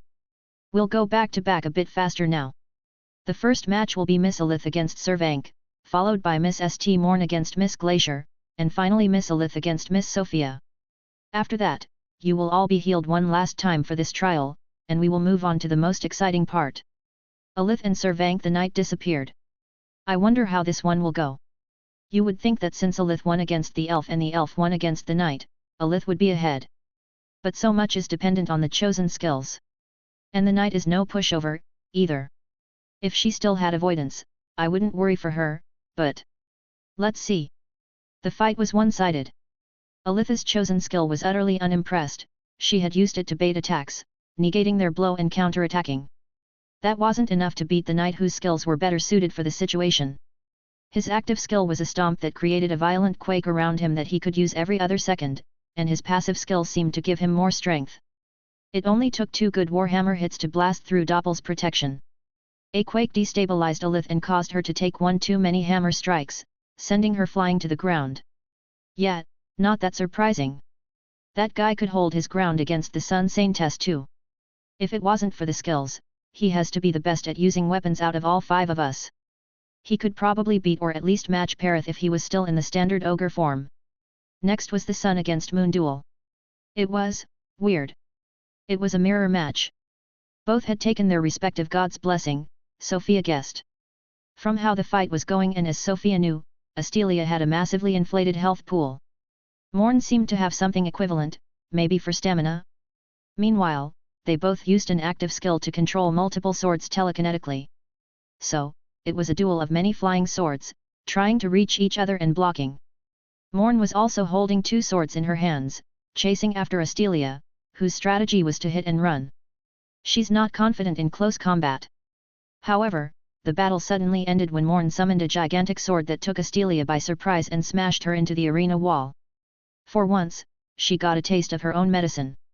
What in the world was that sword? It's like larger than Perith's largest sword. Who would ever wield that, a giant? Sofia couldn't spend more time being bewildered at the weapon as she had been sent to the preparation room for the last time. Facing off against Alith. I need blessing of the deep no matter what, because if not, I instantly lose to Maiden's Shriek. She can use her ghost form against me, which is quite a problem. I'll need to use Bookie's summons for this one. It's leveled up a lot since I got it, so it has more mist now. No sunlight here though. Actually, never mind, she knows about the blessing and probably expects me to pick it, so. The skills, Spine of the Black Sun and Armor of Bones have been selected. Every other class skill has been temporarily disabled. Just in case, I won't let her know that I picked the armor until she reaches me. As the number appeared on the door, it was Sofia's cue to rip 2 pages off the book, the 3 Templars and the 25 Paladins. The place is getting crowded. Sofia and her small army appeared on one side and Alith on the other. 2 Templars and 5 Paladins will stay with me as protection, everyone else on the offensive, magical attacks only. Alith rushed straight for Sofia.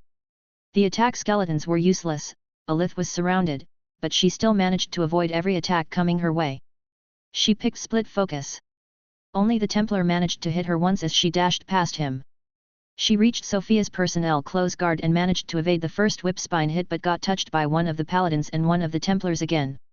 Doppel's ethereal armor held, and Alith was unhurt. Alith was changing to her ghost form as she dodged. Once fully inside the spiritual plane, she casually flew through the Templar skeletons to reach Sofia.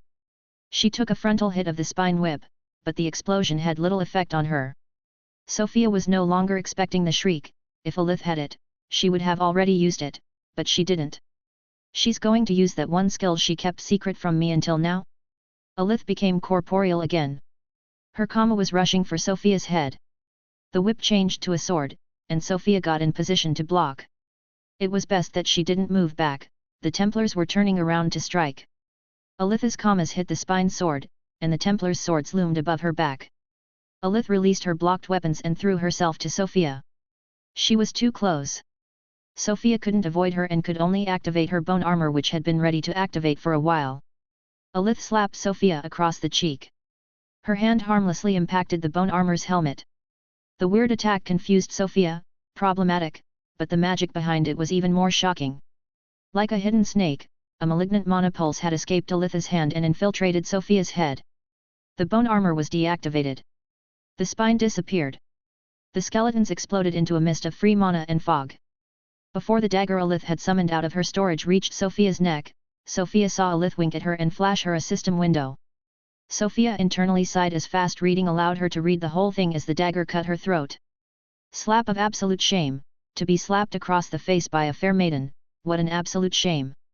Slap someone across the face in the 199, 1 skill level, seconds following the activation of this skill to disrupt channeling and dispel all magic they are currently using, preventing their reactivation for 5 seconds.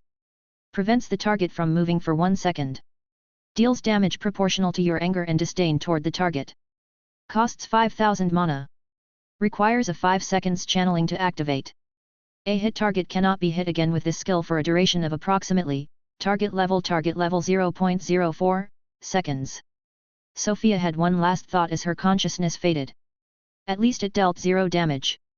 Before she was entirely gone, she was teleported to the spectator platform, and her mind cleared up.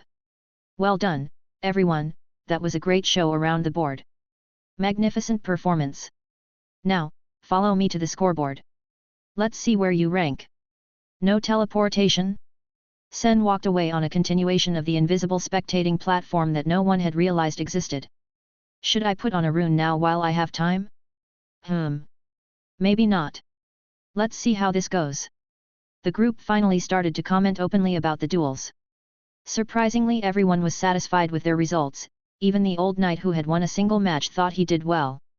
It is about showing off our talent, after all, not about winning. With 2 wins and a draw, I technically performed the best on par with Astelia, though we could argue that I had the advantage in our fight. The Sun Elf and Alith won twice, and the Knight won once. Let's see what this gets us for the third phase. Chapter 180, Forgotten Histories. There we are! Sen exclaimed as he proudly welcomed the participants to a rickety iron platform leading to the true ranking spire. In front of the group was a tower inside the tower. Everyone was awed at the sight, but Sofia was even more shocked at how much mana flowed through the inner tower's walls. Both up and down, the spire seemed infinite. The mana flowed in waves from top to bottom. Forget the glamour and decorations of the outer tower, this inner tower was a bare stick of metal and magic covered in countless ritual circles. This platform leads to the inner tower, but there's no entrance. It feels like we shouldn't be allowed here somehow. This is the ranking spire. It has analyzed your performance until now. But let me explain how this will go. You will enter and be led to a waiting room. Each floor has one. There, you have 5 minutes to regenerate, heal yourself, and prepare for the next floor. You can also browse a list of people you know who quit or have failed on this floor, as well as your current rank. The first floor is floor 1, and as you know, you want to go as high as possible to snatch better rewards. Every floor climbed is some more goodies for you. Good luck, everyone. Don't forget to leave before you die, even I could not save you when you're in there. Morn asked, can we know each other's starting rank? If no one objects, I can share the starting floors. Everyone was silent, so Sen started to give the ranks. Well, there we go, do remember that it's based on overall potential, not kill-death ratio. The lowest is Servank, with a still very decent floor 63. Miss Glacier, floor 75. Miss Elith, floor 76. Miss Morn, floor 81. And Miss Sofia, floor 96. It looked like everyone had something to say, but they couldn't speak anymore. Elith won against Morn, but she's classed below. Interesting. I know, shocking. I'm surprised too. Not many people get to start so high, only a handful. What can I say? The Spire is the one doing the ranking. You're placed at the last level you're expected to be able to complete with high certainty, in line with the data you provided yourselves. This is how we've always done things. Now on with it, I'm sure each of you can climb at least 10 floors. Well, except for Miss Sofia. Sen clapped, and Sofia found herself in a spacious, empty circular room with a door indicating 4.56 and counting down and a small scoreboard on the side. Over a black stone slate, she read a few glowing blue lines. Floor 96. Known people who have failed on this floor. Unknown names displayed by known titles. Cooley Hest. Oracle of Scripture. Zire Evranarium Line Kralin. Current rank, 1219. You are currently ranked at the bottom of this floor's list. Should you complete this floor, you will climb to rank 433. Oracle of Scripture. Also, both Zire and Cooley failed on this floor. And we're already almost in the top 1000 to ever take the trial. So, I guess that there are 100 floors? I could leave now and probably still get hefty rewards. That's very reassuring. But also, scary. Anyway, no time to think too deeply about it. I need to get ready. Pretty much I'm just waiting for the construct shield to be repaired. I can't prepare more. If I want to reach the top, I need to be mindful of my mana and Bookie's fog, and that's it. No runes. I've got health regeneration covered. Sofia was going all out, saint items, orichalcum armor, bone armor, staff, and construct shield in hand. I'm starting so close to the top. In no small part due to Perith inflating my score, I'm sure. Watch me get there, everyone. The countdown kept ticking down. 3, 2, 1. The message appeared first. Ranking Spire Phase 2, Floor 96, How the Mighty Have Fallen. Not Phase 3? Then Sofia found herself in a burning city. Objective, save the great city of Urnia. Invaders remaining, 98,253. Oh, 98,000. More messages appeared after the first few, and Sofia felt a bit of despair when she read them. Key targets, 5/5. Key targets have a special marker floating above their heads. They are the 5 most important persons for the future of Urnia. Whenever one of them dies, you will lose 20% of your maximum health for the duration of this floor. Nice, I really needed that. So if they all die, I'm dead too? Great. Sofia took to the skies to get a better understanding of the situation. Chaos. The great city of Urnia was genuinely worthy of its title, being several times larger than Huoaso. It was shaped like a cross, with 4 outer sections and 1 central section. The inner section was where the most opulent buildings were, still intact. Sofia was currently over the poorest-looking area, which was already halfway destroyed and in flames under the vicious attack of humans. This was when Sofia realized this was an elven city. The great army surrounding and invading the city, spreading through the easily broken gates of the slums and spreading carnage and destruction, was a human army. The desperate people running for their lives in the burning streets? Elves. Not the kind of monsters I expected. The army outside of the city was awe-inspiring, in a way. A dreadful one. They had heavy war machines in their ranks, relentlessly throwing flaming projectiles past the walls. So many. And these? Griffins? Yeah, of course, they have griffin riders, why wouldn't they? What's next, a pet dragon? Well, I better secure the key targets fast. There are 5 of them in 5 districts, 1 for each. Sofia flew down and summoned the book. Time for the rats. I'll get the birds too. As a swarm of skeletal rats and birds appeared, Sofia was busy formulating their instructions. The rats would scout this part and the central part of the city, searching for the key targets. They would focus on searching the most likely locations, which were all things that weren't a shop or regular house. Basically, anything that stands out. The birds would spread to the other 3 further parts of the city. There were fewer of them, but they could fly and were much faster. While they're doing that, a squad of 6 human invaders entered the street Sofia was in. The elves had already long left the burning buildings, and the skeletons had scurried away. So there was only Sofia and them. They looked like proper soldiers with their red and black armor. Enchanted armor and spears. Identify doesn't work? Sofia found out she couldn't identify anything. The skill simply refused to produce any result. That wasn't in the prompts. The soldiers charged at Sofia. Do they take me for an elf because I'm on the taller side? Or do they just attack anyone not wearing their armor? They don't feel that strong. Not much mana in them. Maybe around level 80? Sofia's staff appeared in her hand.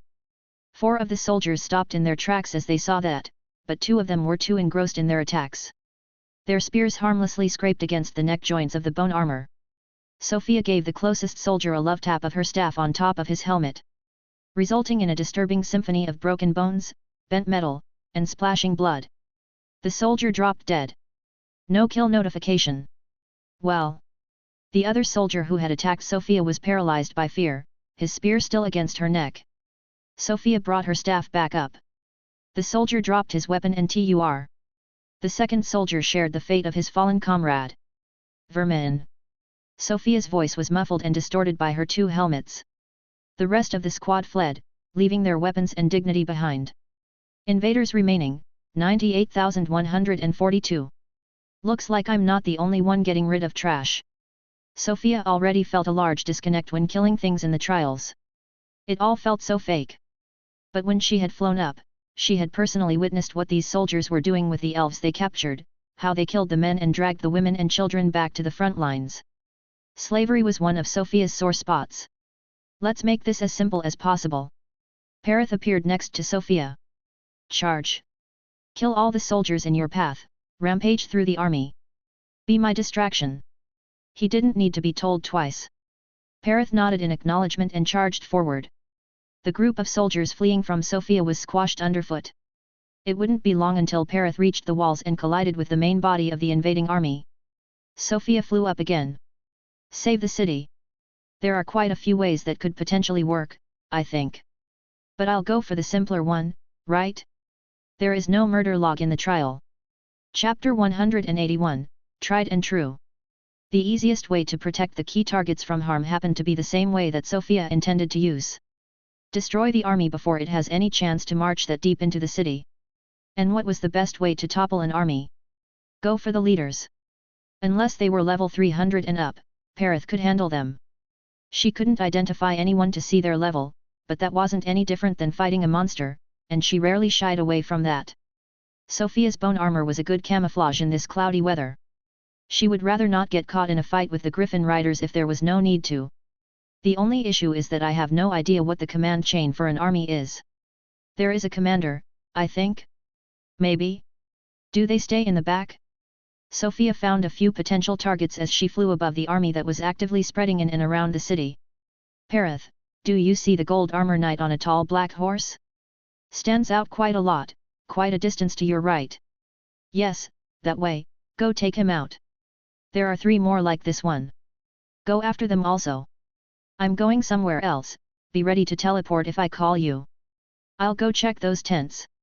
There were a few suspicious grass-colored tents atop a hill quite a distance from the city. A perfect vantage point. Wouldn't have seen it if not for the mana signature of the person inside. They must be powerful. At least level 200. For once, I'll check before I strike. Who knows, that could be one of the key targets I need to protect. I don't have 10 minutes to carve the rune, so I'll trust that I'm sturdy enough. I'm at full health, so at least they can't kill me in one hit, thanks to VPPV. If I can negotiate with the army leaders and get them to stop, that should count as a win. Not that I believe this could happen, but... Sofia decided to forego discretion. She didn't know how the people would react to her surprise appearance, but she had no time to lose.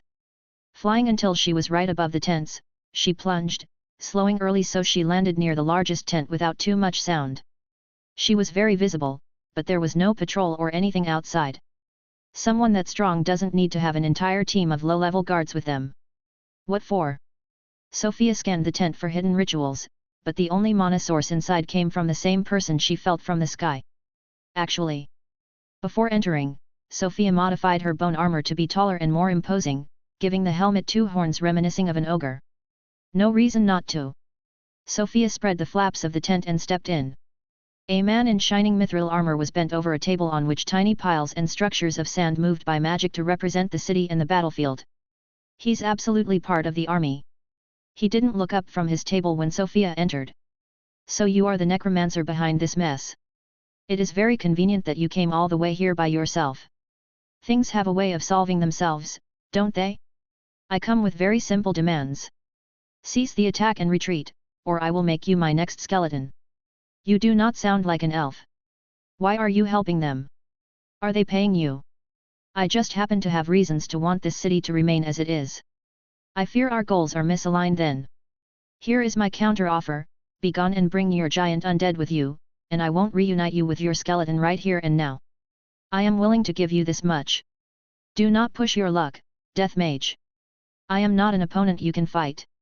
You. Sofia didn't know what the man did exactly, but his mana flared up inside of his body. She could tell there was a lot there, maybe as much as she had, even. I don't think he can see my mana as clearly as I can see his. And I believe mine is already a bit concealed after using the rune so much. I see. So be it. I will leave then. I do not care about the city that much.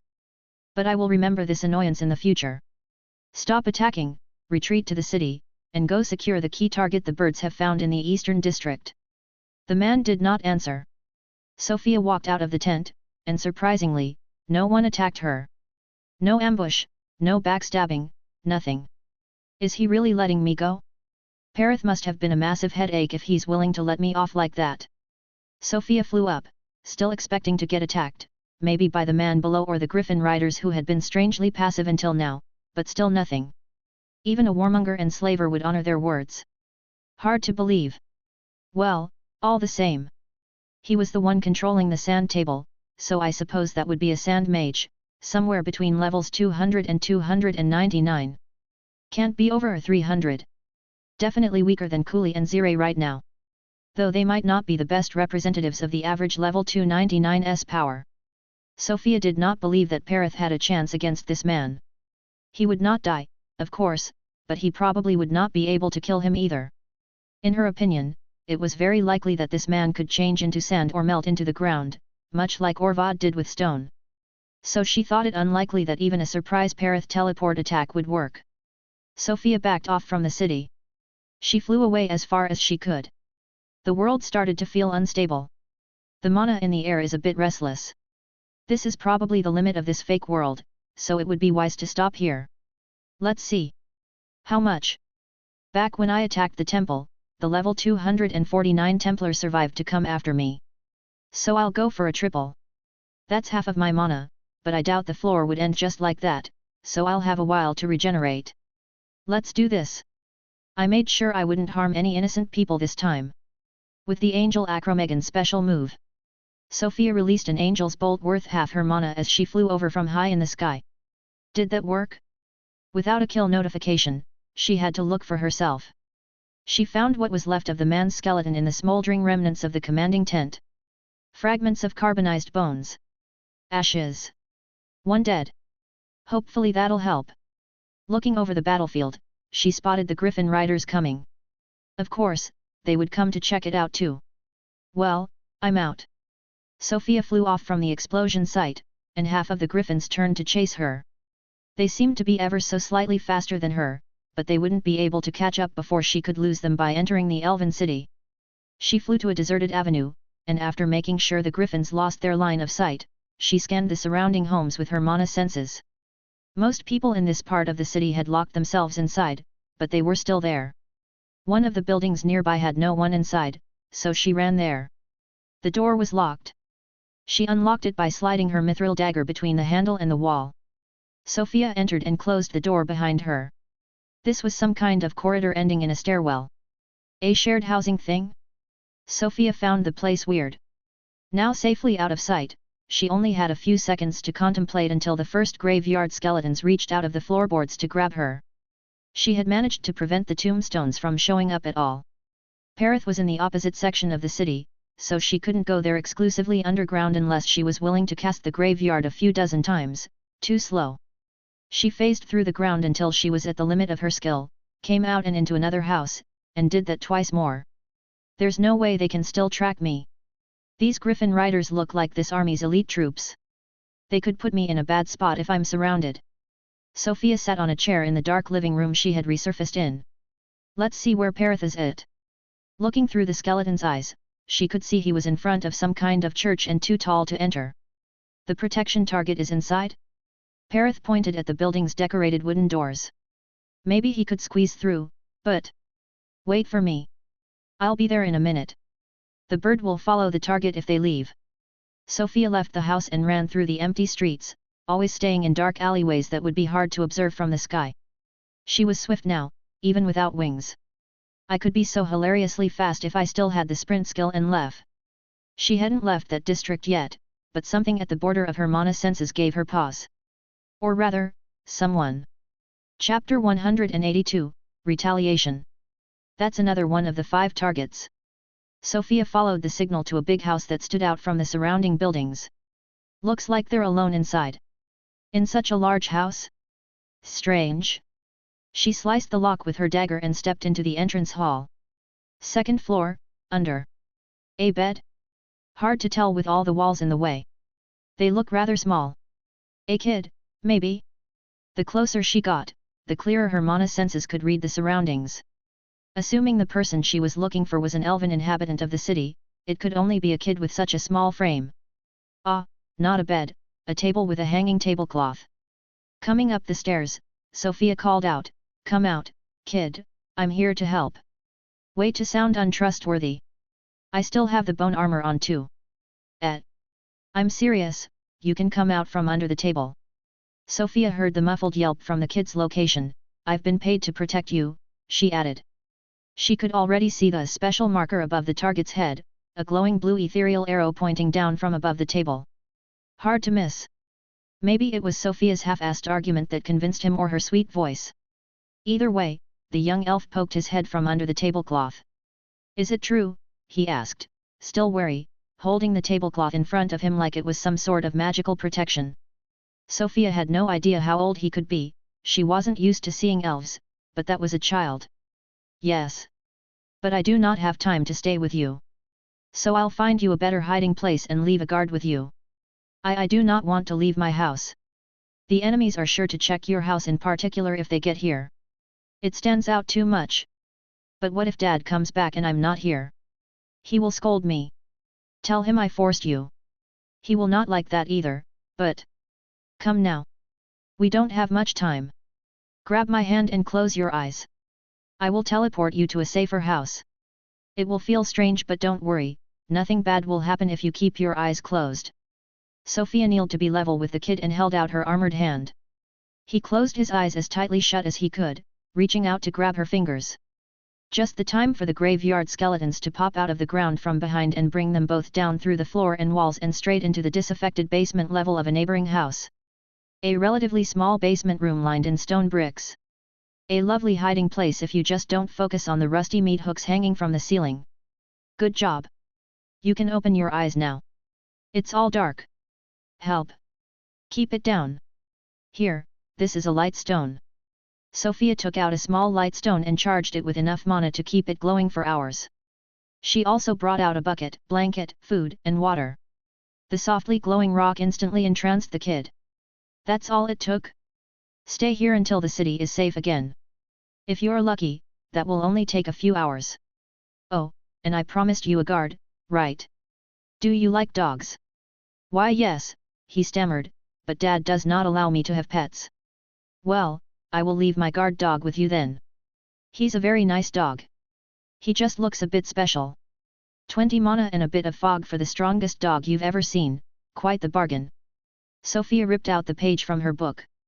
That was originally the skeleton of a wild dog Zire supposedly found dead in the forest when Sofia had been busy training her armor. It was mauled by a bear or something of that kind. The kid freaked out a bit at the appearance of the skeleton, which wasn't surprising. He quickly adapted after a bit of convincing dog acting on the dog's part. And Sofia left through the walls again. And that's one safe. Kind of. Can't do better right now. He'll be safer there than with me anyway. The dog will only last 3 hours, and he doesn't have a way out, but he doesn't need to know that. Let's just hope they don't burn down this part of the city. Sofia looked out of the house through the windows. No griffin riders to be seen around anymore. Should be safe to come out. Wait. There's sunlight from the other windows. Sitting down into a quickly drawn sun ritual with a small pile of gold on her lap, Sofia activated the ritual to get some fast mana regeneration. It activated, but despite being under direct sunlight, she only got a 20% boost to her regeneration rate. Is it broken? Oh. Wait. Not real sunlight because of the trial? That didn't prevent the book's skeletons from getting their immunity in the sun, though. Interesting. That suggests there's a way to cheat the sunlight for the book. I'll keep that in mind when I make new skills. This downtime allowed Sofia to rethink her plan of action. Now that she had at least one of the 5 targets safe and secured, she didn't need to care much about the other 4. The best way to make sure they kept their lives was to stop the invasion before it reached them anyway, in her opinion. She ordered Perith to get back to the front lines. He had orders to go wild. Hopefully, that would bait out more of the invasion's leaders, and Sofia could take them out one by one. That would be faster and safer than trying to kill 90,000 soldiers. Not that it would be impossible with the tools she had and a lot of patience. But that wasn't discreet in the slightest, and she still hoped to avoid an actual confrontation with the griffins and their riders if possible. Unless I know for sure that I can win that. I'm still lacking a solid group of flying skeletons. When her mana was almost full, she left the house. Flying low above the city rooftops, she found a nice spot to observe the battlefield from the top floor of a bell tower with ritual circles on the walls. It allowed her to see past the city walls while staying hidden. Perith was currently about 800 meters away from the other side of the wall, his great sword decimating the front line of the approaching army. He was surrounded and pelted by all kinds of arrows and projectiles, but despite not activating his armor, he still had not lost any health. Health, 407 460/407 460. Stamina, 154 133/154 133. Mana, 18,600/19,900. He has not activated the Sanctified Grounds either. Well, no one that hits for less than 40,000 health at once can even damage him. Sofia looked at the enemy count again for the first time in a while. Invaders remaining, 91,006. Almost 7,000 down since last time. I suppose the elves are fighting back too. Probably on the poor side of the city I appeared in. I think they're trying to prevent them from reaching the central district. Just for her peace of mind, Sofia sent the group of 50 skeleton crows from her book to help there if needed. After all, her goal was to save the city, not to eliminate the invaders. It would be bad if they took the central district. It might even be an outright failure. The book's skeleton crows weren't much stronger than the smaller black turban birds, but they were much more intelligent, which was why Zire had convinced Sofia to add them to the book.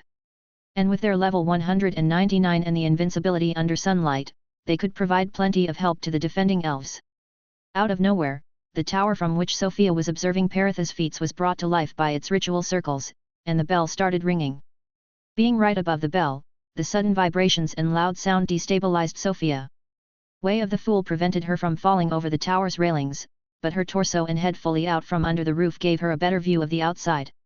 It was an interesting spectacle. Soldiers surrounded Perith from all sides, panicked soldier elves were retreating from their defense posts atop the walls to rush inside. The sky turned red, and a dense flow of mana thickened the air. Doesn't look so good. Perith, be ready to activate the Sanctified Grounds, turn on your armor, and teleport to me at the last second. You might need to protect me. Sofia found out that a mana shield had isolated a large zone. She was near the border but still inside. The exact same tactic the Templars use for their area of effect ultimate technique, Holy Smite. She looked at her health and then at her skills. Health, 10,995/10,995. Venerable Physique of the Primeval Void, Peak of the Shadow Gathering Realm. Shadow Gathering Realm. A single hit cannot take away more than 99% of your maximum health. You are 50% more resilient to explosions.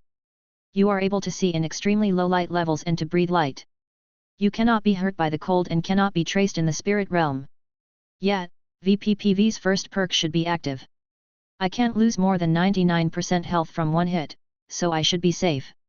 This feels a lot like Acromegan's True Angel's Bolt. Looking further into the Venerable Physique's current bonuses description, then back at the reddening sky, she sighed. Let's hope it's just an explosion. It's probably time that I use that thing, then. A golden opportunity even, since I have time to get in. Chapter 183, Flash Boiled. Sofia could have maybe broken through the shield and flown away, but she stayed to be able to trace the mana back to its caster. Sure enough, she managed to get a feel for the general direction of the spellcaster, who had to also be inside the shield. She looked in that direction, but all she could see was a swarm of infantrymen in black and red. Unless it's for a single target, many of their soldiers will die. I got what I came for anyway. Better get ready before it goes off, even if I should be safer at the edge of the shield. Sofia proceeded to do a small jump, during which she did her best to hug her knees and take as little space as possible despite the 2 layers of armor she was wearing. As she fell back down, she summoned what was left of the orichalcum vein she had found. It had been more than enough to make her 3 sets of armor, but they only made one with an extra small chest plate on the side for Alitha's doppel. So where was the rest? It had been turned into a protective cocoon. Zire had baptized it the egg after its shape, and as the name implied, it was a thick and empty human-sized orichalcum forged eggshell. It boasted a lot of protective enchantments carved from the inside and was essentially a portative bunker. It even had a handle and hooks to allow Perith to slot it inside his torso by latching it onto his ribs. Sofia managed to summon it around her on the first try, which was something she failed to do about once every 10 attempts. She immediately started to fill it up with mana. The enchantments inside were much hungrier than those in her armor, which had to balance upkeep and effectiveness. In turn, they gave much better protection. While doing that, she looked through Perith's eyes. He still attacked the soldiers surrounding him as if nothing strange was happening. Any time now, when the mana around stops expanding. Now. Perith teleported near Sofia. He appeared in the air outside the bell tower, his hand reaching out, destroying the railing, and grabbing the orichalcum egg. He fell, destroying the house below, falling through its 3 floors until he hit the ground. Deactivating his armor, he shoved Sofia inside and reactivated it. Sanctified grounds activated right as Sofia's vision turned white. The light was so intense that it shone even through the orichalcum ball. The air was blazing, Sofia was sweating inside the ball, and that was it. She wasn't losing any life, and neither did Perith. From Perith's senses, she got one more clue about the nature of the attack, the sound of violent whines. Sofia's life suddenly dropped by a 5th. Right, Perith was originally near there because the birds had found one of the targets. Unlucky. Key targets, 5/5 key targets, 4/5. As the light died down, Perith looked around. Nothing was left inside the shield's radius that wasn't reduced to dark ashes. The houses, the streets, and even the city walls had blackened and crumbled. The first thing that came to Sofia's mind was how Alith could have survived that by doing nothing. Then she refocused on the thing that mattered, the only other person left alive inside the shield's radius. It was a woman in outrageously skimpy red robes, clinging onto a catalyst orb larger than her head. She had a hard time staying upright and looked spent. She was very easy to spot, alone in the middle of where an army used to stand. The rest of the army was still fine on the other side of the shield though. Sophie looked at the count, that's about 3,000 kills, not counting the elves. That sure was a devastating spell to be cast by one person. She contemplated the fastest and safest way to finish that person off before she could recover and exit the shield. She stored the egg, and the book of skeletons appeared in her hands. The 4 vampire skeletons formed around Perith and rushed off. After the birds, these were her fastest skeletons, and they could hit very hard too. Perith stood still, hiding Sofia from view within his armor. The vampires sped through the ashen land and surrounded the woman. They struck together, only to be blown away by an explosion. It originated from the catalyst she was holding. Perhaps that could have killed them. The skeletons of the withered vampires had very little health, but unluckily for the explosive woman, it was currently sunny. The vampires collapsed on her again, one by one this time. She blew them away once, twice. The shield was starting to disappear, but the sturdier the shield, the longer it would take to dispel unless the caster died or accepted to suffer a violent backlash.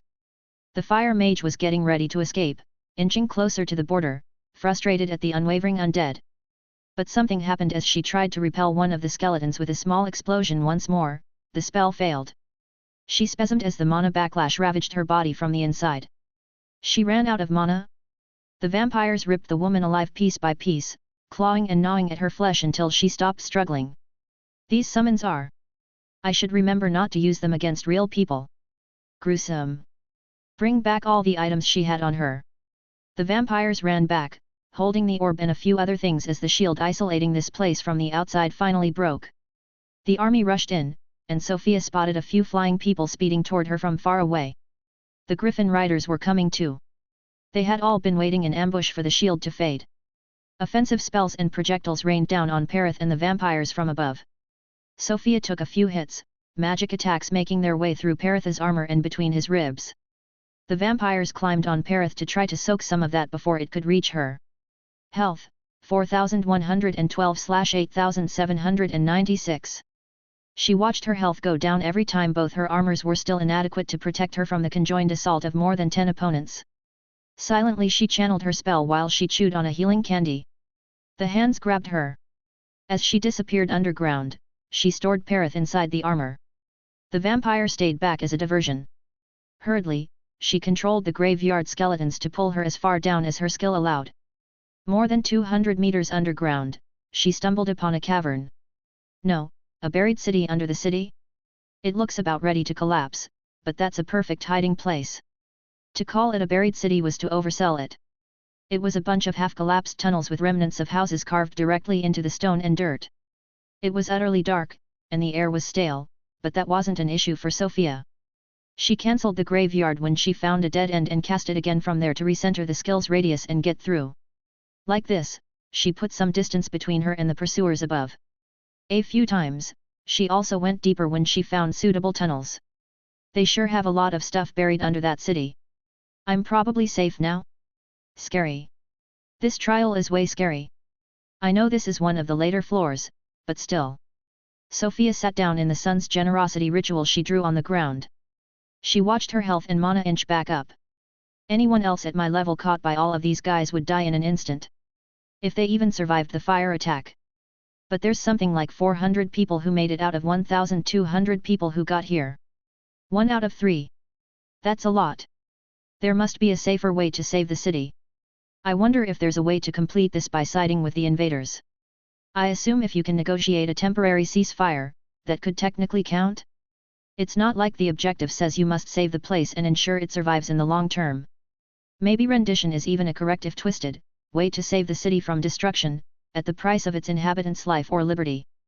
But what's certain is that I'm probably the only idiot who chose to try to destroy the army and live to tell the tale. Well, most people would give up when they can't escape the attack within the shield, so they would at least survive, but the point stands. Now that I think about it, I could have also avoided the attack by going underground with the graveyard. I had no real way of knowing it from the start, but there was enough time to cast it. That'll become easier when I can prime the staff and have the channeling time. But it needs so much mana. Sofia noticed something very late through her mana senses as she spoke to herself. Someone had followed her. Chapter 184, Ionic Reaction. Some kind of slime? Water mage. Behind Sofia, water quietly seeped out of the walls, gathering into a puddle on the ground. Perith was too big to come out in these tunnels, so she had to improvise. It was unlikely that any physical attack would work on the watery blob that was trying to be sneaky and taking human form behind her back. Do I shock it with the low-power bolt? No. Then she had a devious idea. She directly summoned a good quantity of silver water from her storage ring above the still-forming silhouette. Gravity did its work, and the silent cave became noisy with the gargled cries of the water mage losing control of his transformation spell. Some parts of him instantly turned back to flesh, while others stayed as water. The soul-damaging and corrosive silver water had found its way into their body. Sofia turned around. That's what you get for trying to be sneak. Visibly the mage still had enough force of will to use some spells because a massive ball of water appeared around Sofia's helmet, forcing its way into it, pushing in, and pressuring it to fill her lungs. That's what I get for trying to be witty. Better shut my mouth next time. This is a trial, not a playground. Well, not that I care. The poor guy is trying to drown someone who doesn't need to breathe. I'm the one adept at drowning enemies here. No luck for you. I wonder what would have happened if I had tried to splash him with the summoned blood instead of the poison water. That was the last spell the mage would ever cast, and it soon crumbled, much like whatever survived from his body. Sofia was now sitting in a puddle of flesh, blood, water, and toxic waste. It's good that the smell of blood doesn't faze me anymore. Also, silver water is quite strong, I guess. I should go back to get more when I can. Or not. That forest was dangerous. Nobody else came to bother her while she was recuperating underground. She had killed 3 strong enemy mages, and from what Perith had seen, there were at least 2 more who had been attacking her. One was a man Sofia assumed was the shield mage responsible for the previous coordinated attack. The other was another woman in black robes. She had been attacking with pure mana blasts, bypassing Perith's armor and responsible for most of the health Sofia had lost. 5 key targets to protect and 5 strong mages to eliminate? Could it be like that? The objective might be completed when I incapacitate the last 2. And then there are the Griffin Riders. The bastards use mithril-tipped arrows. They were all stopped by Perith and the vampires, but still, dangerous. Sofia ordered the birds and rats still operational on the surface to find and track the 2 mages as well as the griffins. Should have done that as soon as I secured the kid.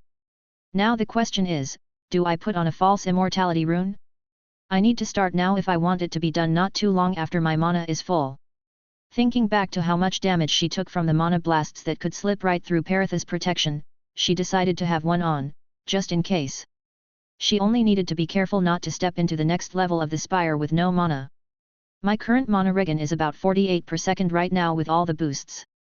We get 5 minutes to heal up between each floor. So I can get back about 14,000 mana between each floor, not much at all. It's essential that I leave with as much mana as possible because there's no guarantee I'll have that kind of downtime on the next floor. But at least health is not an issue. The passive healing of the Blessed Marrow construct alone is enough to heal me and Perith in under 5 minutes. And I can get back my stamina with the runes if I have time to put them on. Sofia felt bad sitting there doing nothing while the city she was meant to save was under attack. Every minute counted, but she couldn't risk going all out right then, only to end up failing the next floor straight away. The demon transformation was the same, she could only use it once, and the recovery time afterward would be her downfall. If not, I could have gotten rid of both mages and the Griffin Riders all at once. From her estimate, none of these people were above level 250, even the fire mage. She had one very powerful attack for sure, but the state it had left her in wasn't what someone of that level would have had to deal with. Orvad back in the first trial had summoned 2 giant stone weapons and didn't even stop using his other skills while doing so. It was a whole other level. My guess is that the mages are all between 180 and 249. I guess the water mage was the weakest with how fast he died.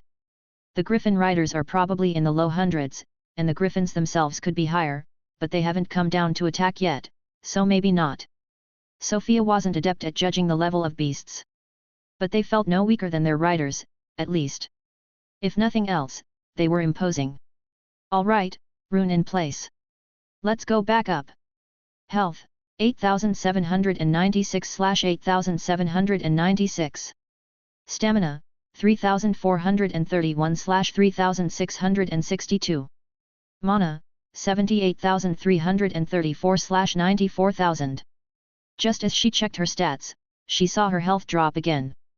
Health, 6597/6597. Key targets, 4/5 key targets, 3/5. Invaders remaining, 81,053. I need to hurry.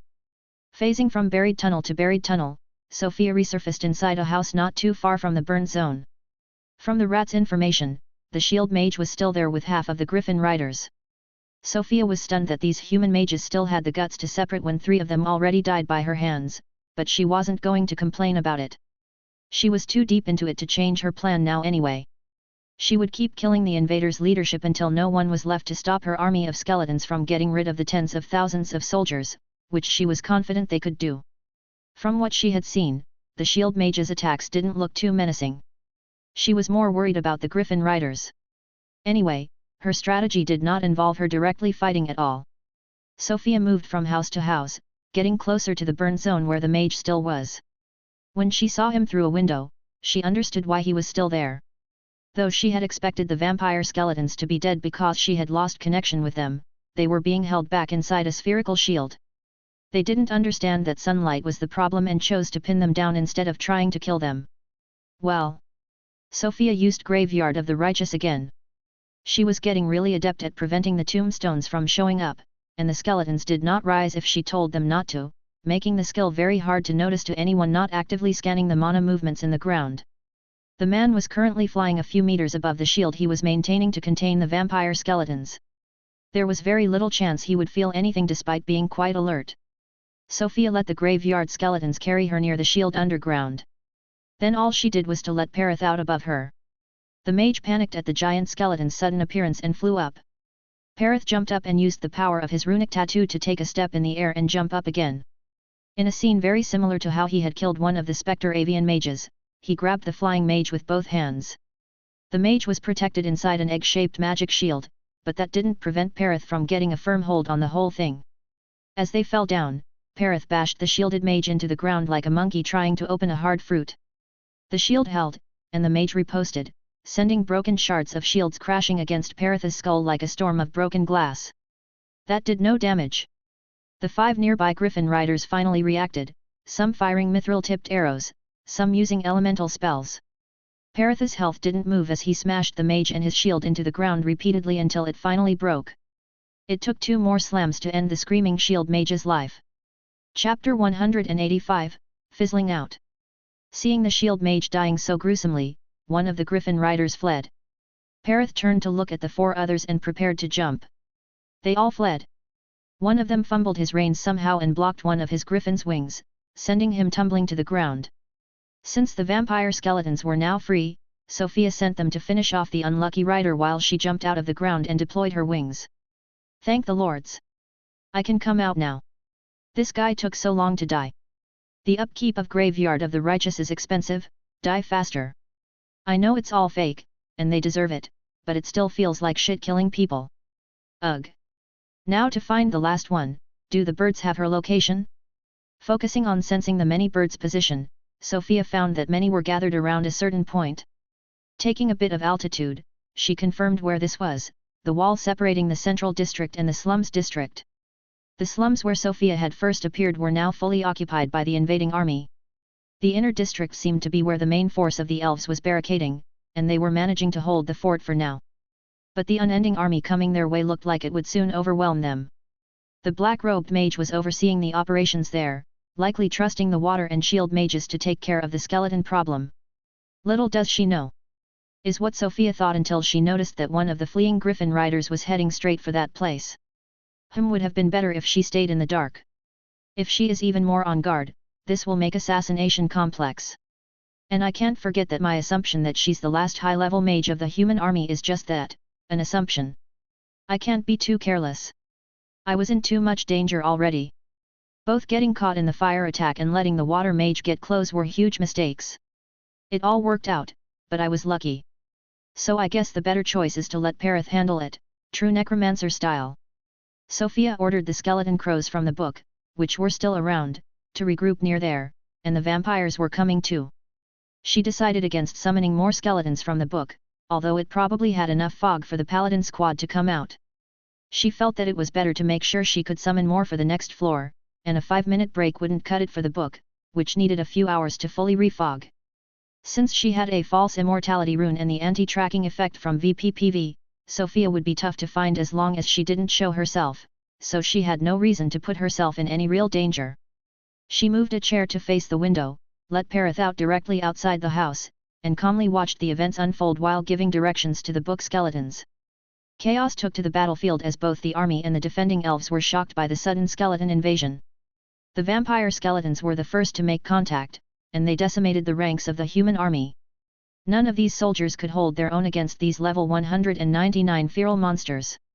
Their armor offered little to no protection against the vampire's claws. The levitating black-robed mage seemed demoralized at the arrival of the skeletal troops.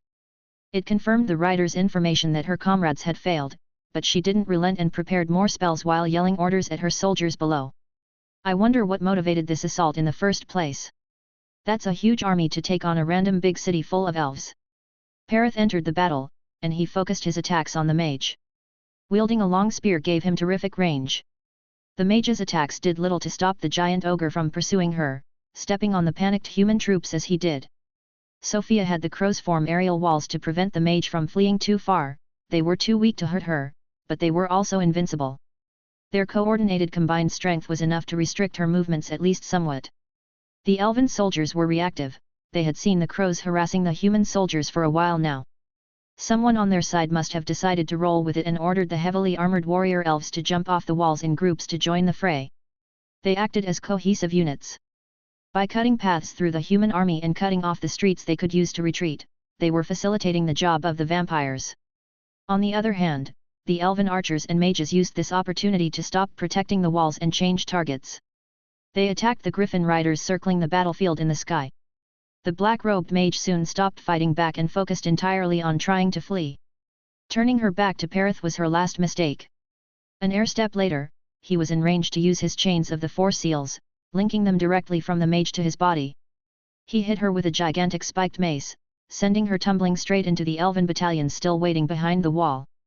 Some of the higher-level elves, one of which bore the key target arrow over his head, jumped out from hiding and finished the human mage off before she even tried standing back up. Another one down. But the floor didn't end. Is the city unsafe until the army is completely wiped out, or do they still have a hidden chief somewhere? Invaders remaining, 74,333. If they need to all die, this will take forever. Also, I should dismiss the rune now. I might regret it if another strong human warkiff shows up, but I'll need all the mana I can get, especially if the army needs to be wiped out. At least if the elves tried instead of regrouping into their fortified central district, it could help. I should give them a hint.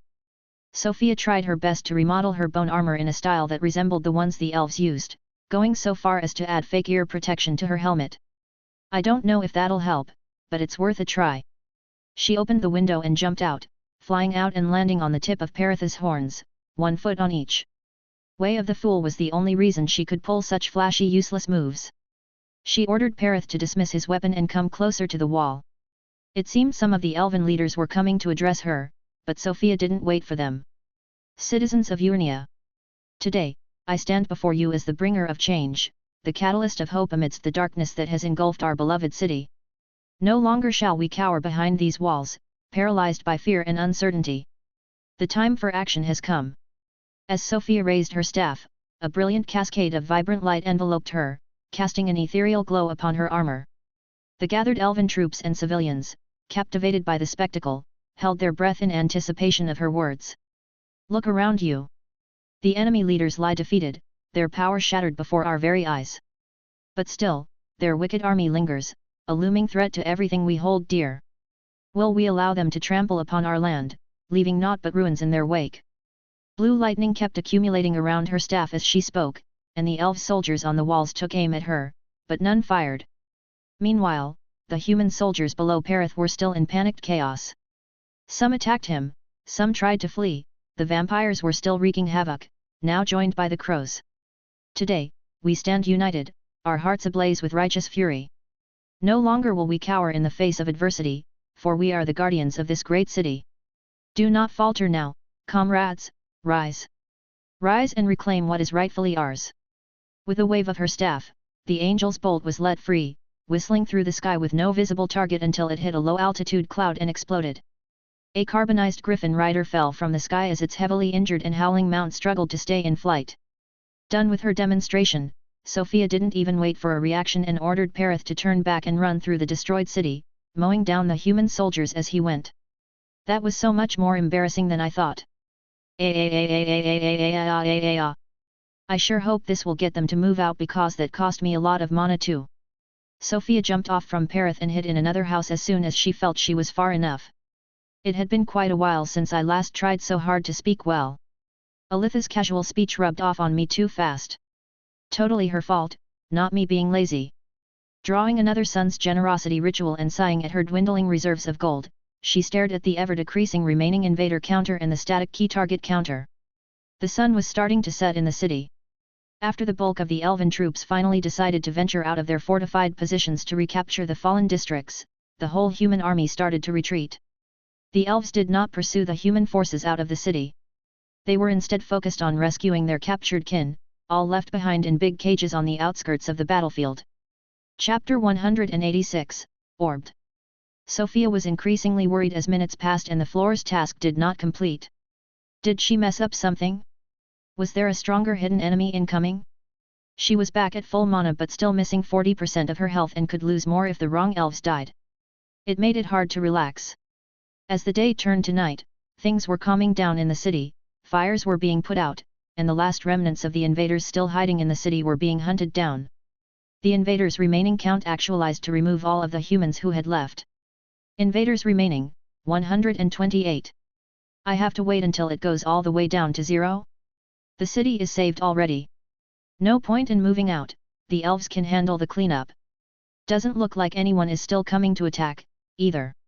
Sofia sprawled on a bed in the house she was waiting in and decided to take the opportunity to get more rest, even if she couldn't allow herself to sleep. Sofia got the objective completion message. Finally, she could relax. At the very least, she had completed one floor. Now on to the next one. The transition from the bed to the waiting room floor was a bit abrupt. Sofia took off her armor to stretch, drank some water, and ate a bit of bread as she waited the 5 minutes for the next floor's events to kick off.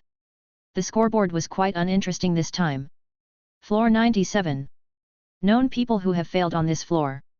None. Current rank, 433. You are currently ranked at the bottom of this floor's list. Should you complete this floor, you will climb to rank 61. Still, it told her something. About a third of takers got through the invading army floor, but out of those, less than a fifth got through floor 98. And my starting floor was meant to be the last I could overcome with high certainty according to the spire. So basically, it didn't really believe I could get through this next one, but doesn't find it impossible, right? My guess is that it's more dangerous than the army then. Last floor, I could have played it much safer, maybe even directly side with the elves. If you ignore the big fire attack, it was not that dangerous. Most of the soldiers were quite low level too, even if there were tens of thousands of them. Sofia's thoughts were that most people failing on floor 96 probably failed to save the city or key targets rather than die in battle. And these indirect dangers led to fewer people giving up early due to life-threatening emergencies, resulting in a higher win rate. She didn't have much to go on, but that, and playing around with her bone shield construct blessed through Bone Dominus, kept her occupied until the countdown reached 0, and she found herself in the middle of a dark abyss. She was standing on a not-so-wide, roundish polished smooth platform of the nigh indestructible speckled black rock from the labyrinth. It stood in the middle of nothing, like a flying island the size of a small city square. It reminded her of the Midnisit city's empty dimension, but it felt much less empty for some reason. In the middle of the platform was a black stone obelisk several meters high. And that was it. If not for VPPV, I would be in complete darkness right now. The system messages for this floor shed some light on her situation, but not much. Ranking Spire Phase 2, Floor 97, Murderous Keys. Objective: insert the correct key into its slot at the base of the obelisk. As the messages faded, hundreds of fist-sized orbs materialized everywhere in the air. They simply floated mid-air at various heights, like many small planets just hanging out. Though all made of polished stuff of some kind and all of the same size, they had a variety of colors and patterns engraved on them. Some were softly glowing, others not. That's it. No conditions for failure, no additional information, no time limit. All right then. The first thing that Sofia did was to observe the obelisk. She had not missed that the floor's title was Murderous Keys. The only thing on the platform except her and the obelisk was the newly appeared cloud of orbs, so they had to be the keys. As such, she decided not to touch them yet. If I want to find the correct key, I first need to inspect the lock. Sofia weaved her way between the multicolored floating orbs and walked around the obelisk, finding the slot for the key. It was in the shape of half a sphere, confirming the key was one of the orbs, and there were grooves inside, matching with one of the patterns Sofia had seen on many of the flying balls. Matching pattern. That gets rid of a lot of possible candidates, I suppose. But even if I only look for this specific pattern, there has to be tens of them with it. And some of the highest flying orbs are just hard to see with all the lower ones in the way. Of course, I could try them one by one, but... Sofia looked around but couldn't find a single spot empty enough to summon Perith. She would have to move a few orbs if she wanted to make one. However, she wanted to call him in the first place because she didn't want to touch the orbs herself. Not when the whole focus of the floor seemed to be that they were murderous. Since so many of the people who passed the previous floor failed there, she was expecting some major murdering to happen. Deciding to employ cheap labor for the dangerous task, she summoned the soldier skeleton from the book, the one with a bow. That was her cheapest humanoid skeleton, 50 mana and a tiny bit of fog for a willing disposable test subject. Now go on, grab.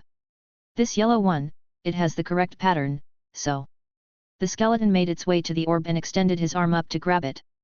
The instant his first phalanx touched the orb, the whole void lit up in a glaring red light accompanied by a loud and short buzzing sound. The yellow orb's form changed into that of an arrow covered in rampaging yellow electricity. It shot straight for Sofia's heart. The skeleton was reactive enough to barely catch it, his hand burst on contact, but the arrow's trajectory was altered, and Sofia didn't even have to move to avoid it. To her surprise, the arrow turned back after missing its target, still at full speed and aiming for her head this time. Sofia ducked out of the way, raising her staff. Her left knee brushed dangerously close to another orb but didn't make contact. The projectile wasn't sucked into the staff despite the weak magical projectile protection function it had, so it was either not considered a magical projectile or it was not considered weak enough for the staff to eat it. Must be quite dangerous, then. Though I already expected that from this floor's failure rate. When the arrow came for her again after a second U-turn, she was ready to catch it. She summoned a bunch of bones from her storage right in front of her and melded them all together as the arrow hit them. An orb arrow imprisoned in a bone orb. Catching the bone prison, she could still feel the arrow struggling to move inside, slowly carving its way out of the bone prison. It never stops attacking? Sofia had the soldier skeleton catch the arrow as it freed itself, its hands held itself together this time. Though the electrical discharges from the former orb kept gnawing away at its health, the blessing from Bone Dominus' construct out-healed it. That left Sofia free to experiment with the lightning arrow that never stopped trying to stab her. She tried breaking it, cutting it with her mithril dagger, and even sapping its mana the best she could, which, admittedly, she had no clue how to do, but it was still a good effort. Nothing seemed to affect the thing. Sofia gave up. She had the skeleton stick the arrow against his back and reshaped his spine to have the arrow inside. As long as the marrow construct was nearby to heal the skeleton, the thing wouldn't manage to carve its way out, and even if it did, it would still be aimed straight at the ground, giving Sofia some time to react as it turned. One orb contained, about 700 to go. One crucial thing Sofia noticed while she dealt with this one arrow, it was very easy to accidentally touch the orbs. They were everywhere around her in all directions. If all orbs but the correct one turned to deadly weapons as soon as something touched them, things could turn ugly very fast.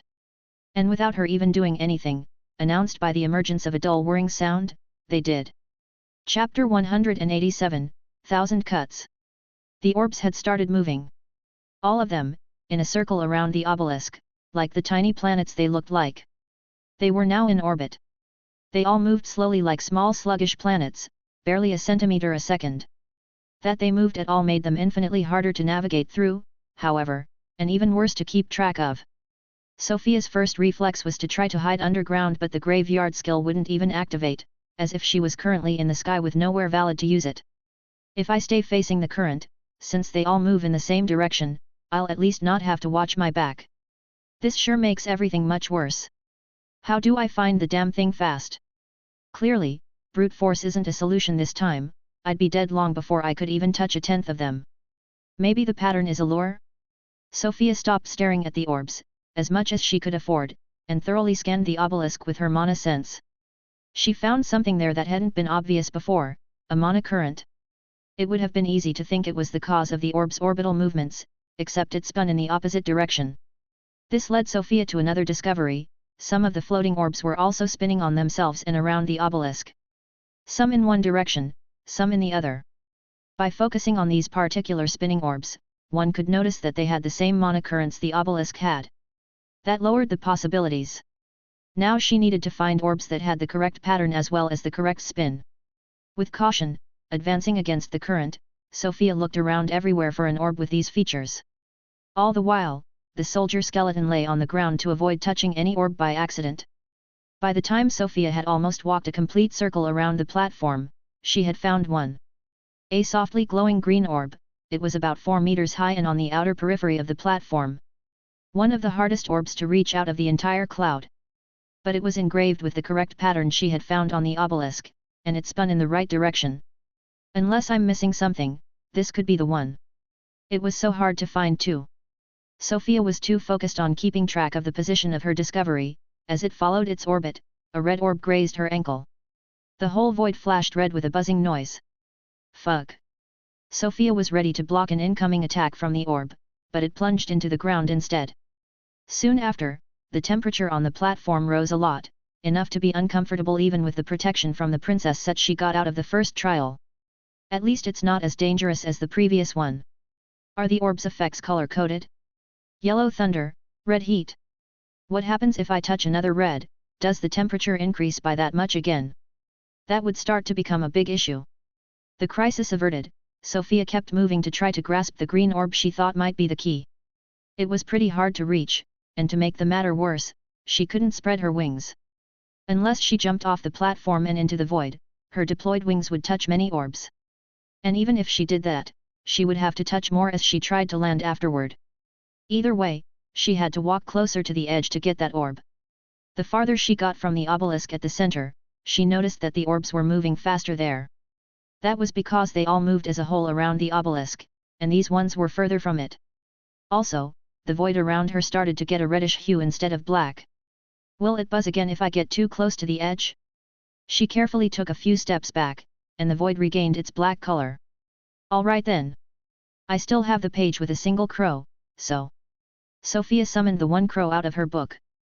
That was actually her most used page, as she used the small bird as a pet occasionally to keep her company when she trained her skills. Go fetch that green orb.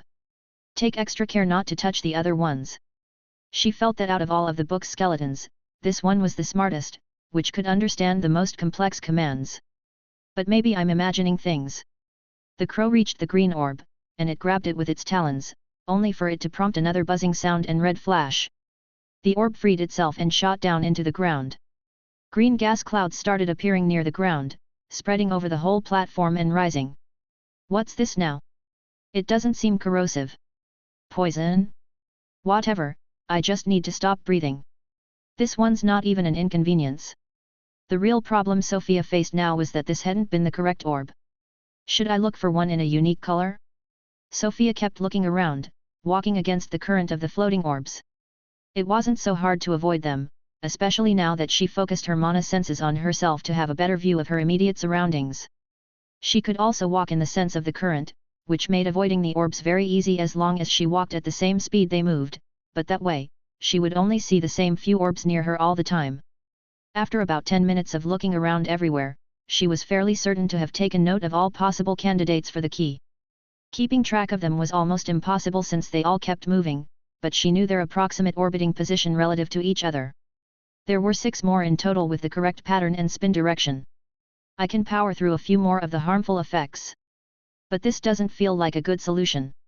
In terms of color, the new candidates were of no particular interest. There was a red one that Sofia wouldn't touch if she could avoid it, and the other ones were all different colors she hadn't tried but which appeared many times. There has to be more indications. A better way to go about this. What if I pick the closest one to the obelisk, even if it ends up being wrong, and slam it into the hole before it can attack? That doesn't feel particularly right, either. Sofia desperately looked around for clues or patterns among the cloud of orbs but didn't find anything. As she pondered over her options, the whirring sound that had started when the orbs had begun orbiting the obelisk suddenly became louder. In turn, the orbs started moving faster. Dodging them was still manageable, but focusing on anything else started to get hard.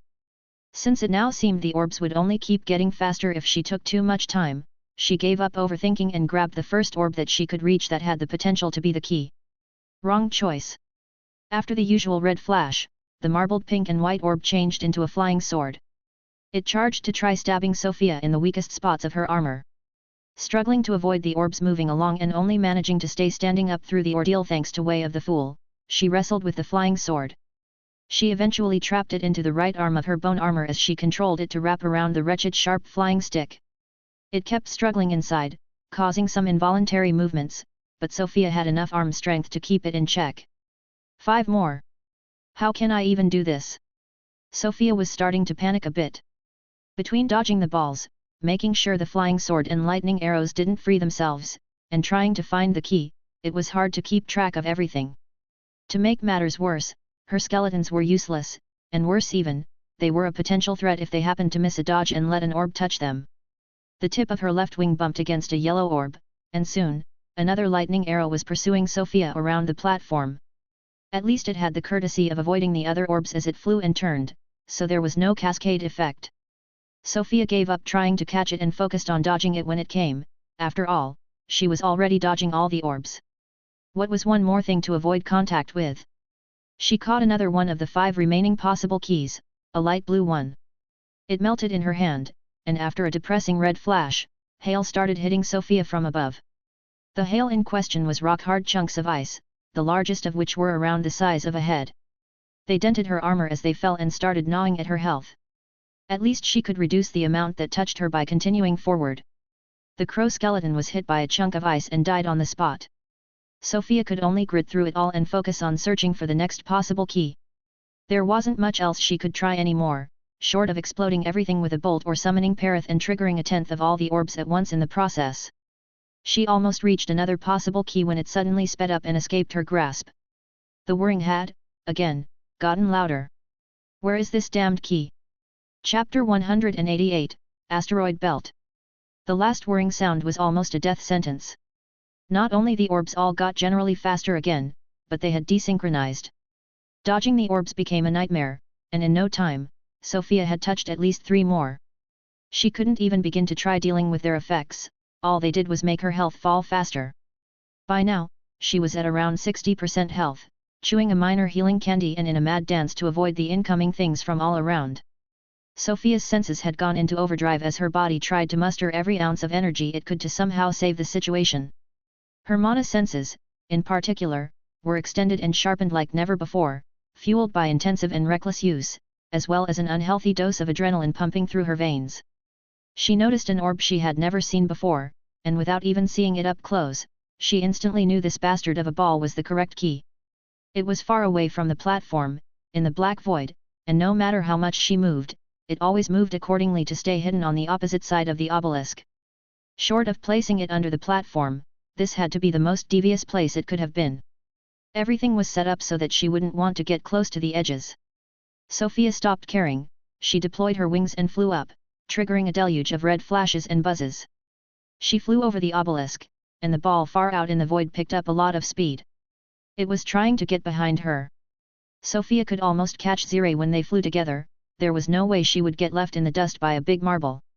Amidst a deluge of harmful effects, the whole void turned red when she left the confines of the platform, which actually highlighted the position of the hidden orb, revealing its matte black color. Sofia's health plummeted down, but she caught the black orb, and it didn't disappear, morph, or sink into the ground. It only tried to escape her clutch, unsuccessfully. Flying erratically, Sofia tried avoiding the barrage of attacks coming her way as best she could. On her left arm, she had strapped the blessed shield which she put in front of her as she sped forward above the cloud of orbs. Her left hand held the staff, which helped by absorbing some of the weaker attacks. Her right hand held the key. Her health was down to a few hundred by the time she was above the obelisk. She plunged down and slammed the orb into the obelisk's hole as she crashed into the ground. Bruised and battered, so much so that the bone armor had almost completely disappeared, Sofia appeared in the waiting room. She was breathing heavily but had a peaceful expression under her helmet. Health, 289/10,995.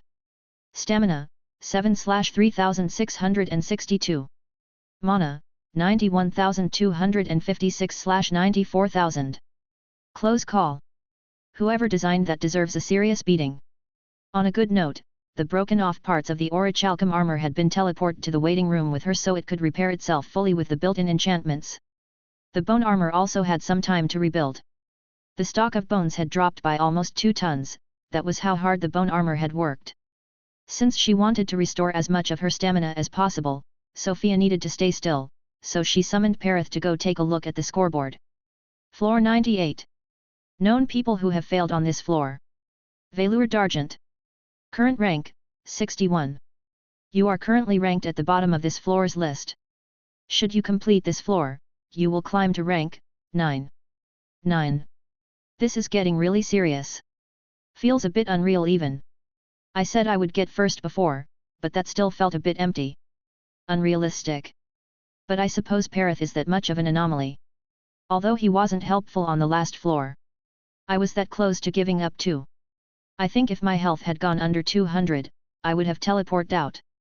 Though Perith would have probably come out to heal me at the last second. It's good that he held off, I have a feeling I'm going to need the heal for what's coming. Sofia was at about half stamina when the timer came to a close. At the last second, she stood up, shield and staff in hand, ready for what was to come. She was surprised to see all of her items and armor disappear as she appeared in a different place. Even her storage ring came off. Though she could still feel that it was technically on her, she couldn't see it or access it. Only the staff stubbornly refused to go anywhere. And she knew she could reactivate the bone armor if she wanted to. The place she found herself in was very familiar. Ranking Spire Phase 2, Floor 98, the Master's Challenge. Objective, win the Master's Challenge. A tall old elf slowly clapped, standing before his small floor cushion. Sofia was exactly where she had been when she had left, wearing the white uniform and the brown belt. Welcome back, student. You made it here. Ah. It is pleasant to have so much recurring company lately. You will sit for a drink, won't you? The old master was considerably more cheerful than he had been the first time. Aha! The Master's Challenge. Yeah, he's still level 400 plus. Gee, glad to be back, Master. It would be my pleasure to share a drink with you. Ah, enough false pretenses, sit down and breathe. This is not the orb floor. Take some time to ready yourself before we start, he said as he sat down without making a sound. Oh, he absolutely knows everything that's going on then. Sorry to ask so bluntly, but... Are you real? Outside the trial, I mean. Of course. The other floors are not, but this one and the 6th of the first phase have always been managed by a living outsider.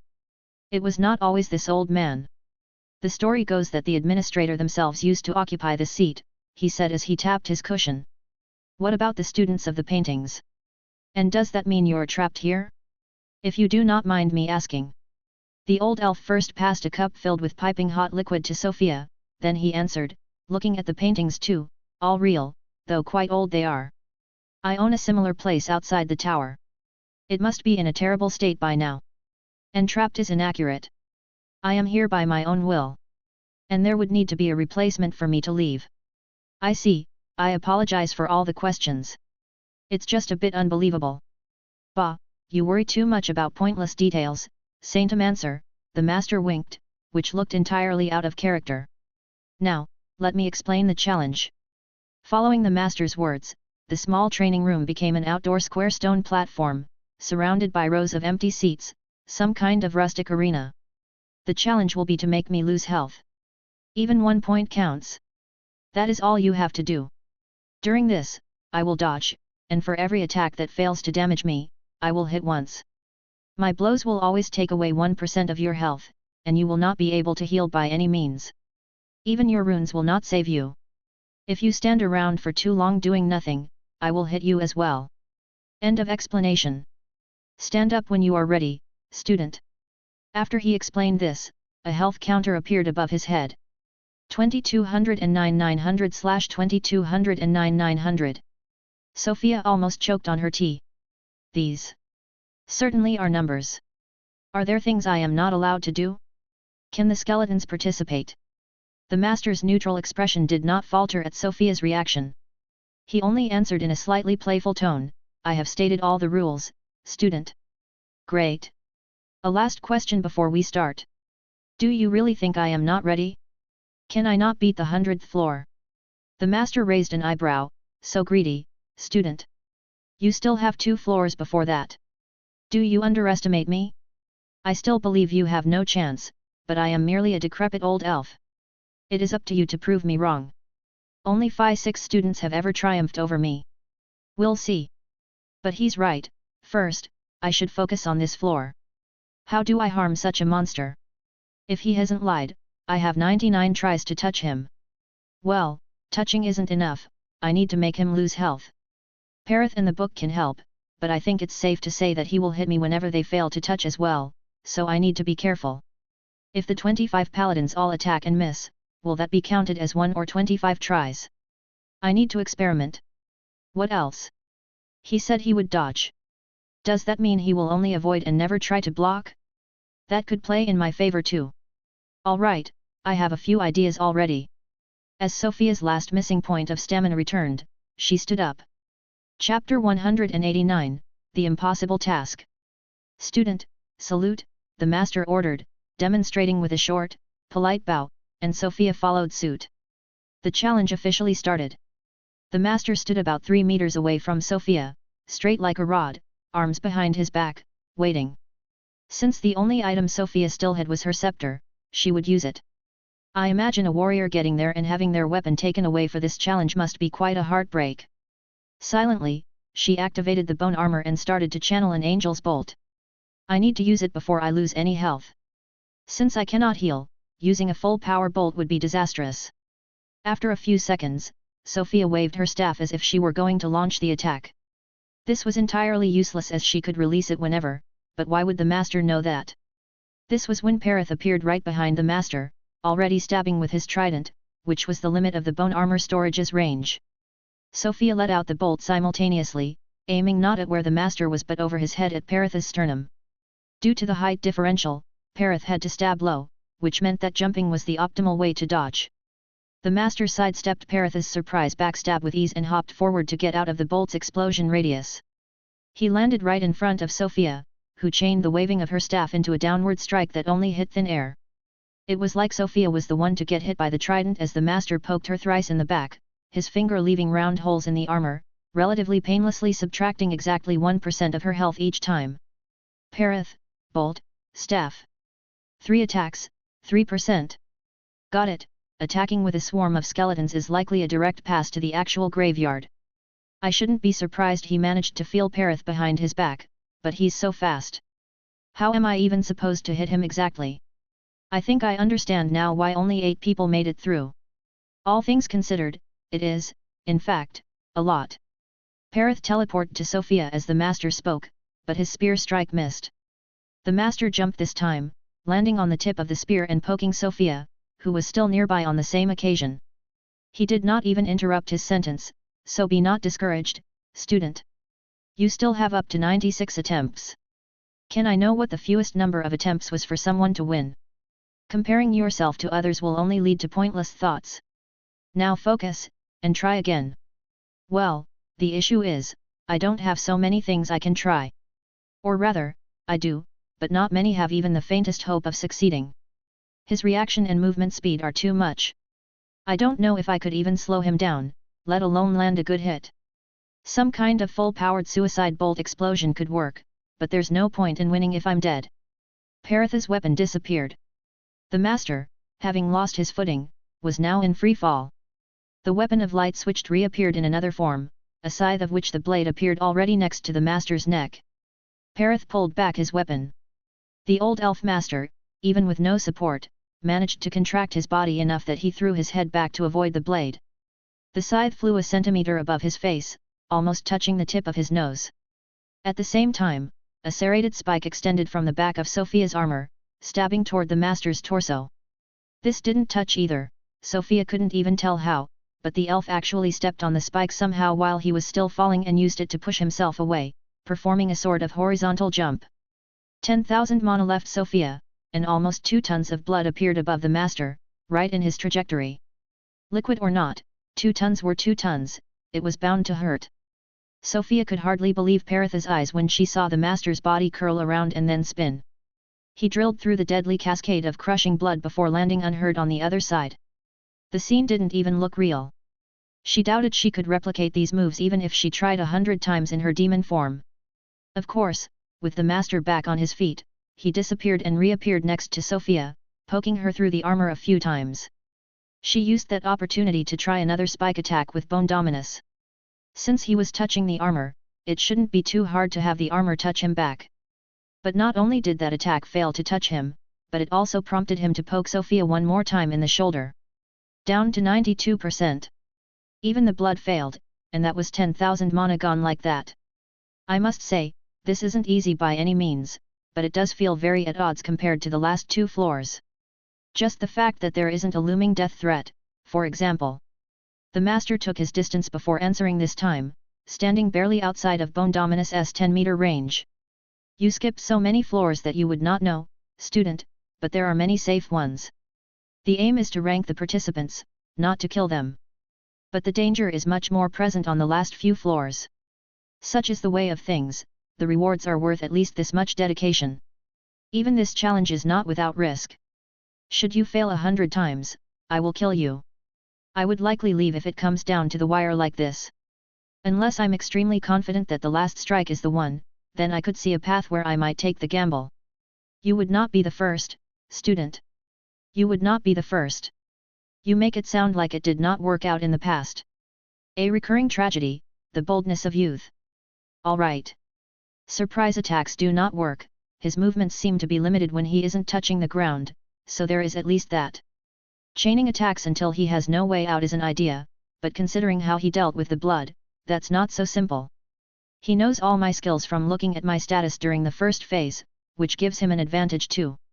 Could I make a new skill right now? I only have Restore Command as a possibility, though. Does not sound like something helpful in this situation. The book doesn't have much of anything useful, either. Sofia checked her stats before summoning the book. Health, 10,115/10,995. Stamina, 3,630/3,662. Mana, 75,598/94,000. The paladins only cost 5,000, so. Mana, 70,588/94,000. The squad of 25 paladins appeared around Sofia. You're forbidden from attacking. You can only use Prayer of Swiftness on me and Perith if you have it. Then focus on blocking the path of the master. Be threatening but never actually swing your sword. Sofia thought that this was good for a start. The master did not move as the golden skeletons spread around the arena. Rarely has a single student outnumbered me so much. So it's not the first time. Sofia spread her wings and flew up as much as the spire would allow. She threw Perith the blessed marrow shield. Catch this and get into a ball, Perith. Perith teleported up to her. He fell and picked up speed. As soon as he could, he teleported again. From the tests, Perith should survive this even if the stone ground of the arena isn't ideal. Sofia flew in rounds, and when her skills were ready, Perith dropped, hitting the arena ground like a meteor. Unsurprisingly, the master dodged without much trouble, but there weren't many directions he could go to avoid the impact considering the repartition of skeleton paladins all around him, ready to strike. But Sofia could hardly follow his movements when he was grounded, so around this corner of the arena where the master would go, she summoned a thin but large sheet of blood right above the height of the master's head. That not only hit her as she plunged down but also, due to the disturbance in the falling blood, made it really easy to track the elf's direction. Anticipating where he would be, Sofia released both the angel's bolts she had been holding for long enough to lose a few % of her health already. Perith also stood up and followed to strike. When the explosions cleared up, it was clear that the master had avoided it all. Jumping up all the way to where Sofia was, he poked her 4 times and fell back. That was a lot of mana, and it still all failed. I can't afford to keep trying to be fancy if it is never going to work. Let's try something else. She channeled Graveyard of the Righteous and Spine of the Black Sun, instantly changing the sword to its whip form while she held her scepter with her left hand.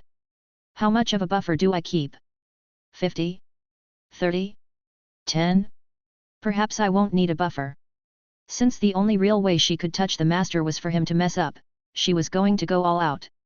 The plan was to relentlessly attack from all directions until he missed something. Up to 82 blows. Every skeleton ready? Let's go. Chapter 190, A lost pet. Sofia and Perith went all out. Amidst the flurry of blows, the master left behind after images as he dodged left and right. Attacks with Bone Dominus, Perith constantly switching weapons paces and ranges, the paladins cutting paths, whip and sword attacks, scepter boomerang throws, sneaky low-power angels bolts, and conductive blood trails. Sofia tried every option she could think of. Every time she watched the master come and poke her, effortlessly avoiding her assaults even when her whole armor had become little else than a ball of spikes. Sofia's health dropped under 10%. Flying over the master, she tried yet another whip hit. The master was in the 10 meters range of Bone Dominus. She controlled the whip, altering its trajectory to account for the master's overused sidestep. The master simply sidestepped further. The whip missed by a hair's breadth. By the time Sofia retracted the whip, the master had poked her once more. Perith attacked from above. It was impossible to catch the master. Another poke. This better work. Sofia had spent many of the previous hits observing the reactions and evading patterns of the master. This would be the decisive hit. She readied her whip. Perith attacked once more as a distraction, and she unleashed her attack, once again, controlling the tip of the whip to have a perfect and adjustable aim. It failed. Like clockwork, the master dodged again. The whip missed him, and then, touched by an instantaneous bright explosion of sunlight, the master's health changed. 2209 882/2209 900. The whip had not hit the master. It had hit Sofia's skeleton crow, who had been hiding inside Perith's skull for a long while. He had allowed Sofia to perform a neat trick she had discovered during her training sessions with Ziray. Though the solar burst from spine of the Black Sun only occurs when it hits an enemy, what is an enemy? After some testing, they discovered that it worked in two ways. Considered an enemy was anything with harmful intentions towards Sofia or her summons, but also anyone dealing damage to Sofia. When Sofia summoned the paladins, she had also summoned the crow and tasked it to hurt her. It had pecked away 10 of her health points before moving to its hiding spot inside Perith. Sofia hadn't been studying the master's movements so that she could hit him with the whip, which she thought by now was entirely impossible. She had done so to know where the crow would have to be to end up in the path of her whip and still close enough to the master. Everything else was just a diversion.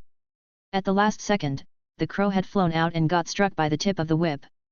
She had feared that the burst wouldn't be enough to damage the old elf or that he would be able to dodge that too.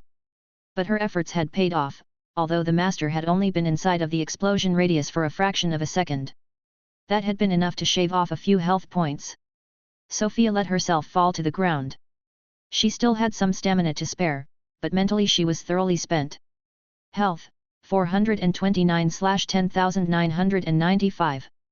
Stamina, 578/3662. Mana, 17,668/94,000. Cut it a bit too close. If that last attempt failed, I would have survived, but I would be out. This was too much stress. I couldn't even hear myself think. Also, that brings me to the top 10. The master's enthusiastic clapping broke the silence in the arena. Congratulations, student.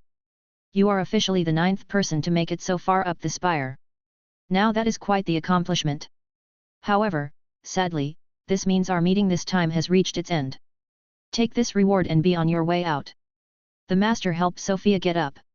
With a wave of his hand, her items came back, the armor, the storage ring, everything. He was also presenting something to Sofia, a black belt. This is the proof of your hard work. Wear it with pride, student. Now, go on, you still have 2 more floors to go. They are deadly, much more so than this challenge, stay safe.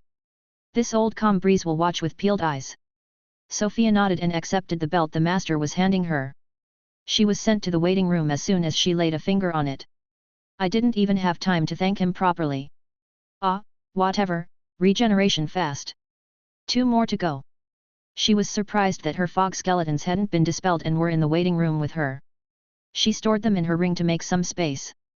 Sitting in her sun ritual, which was starting to become a ludicrously expensive habit, she stared at the scoreboard as she petted the crow that had saved her against the master.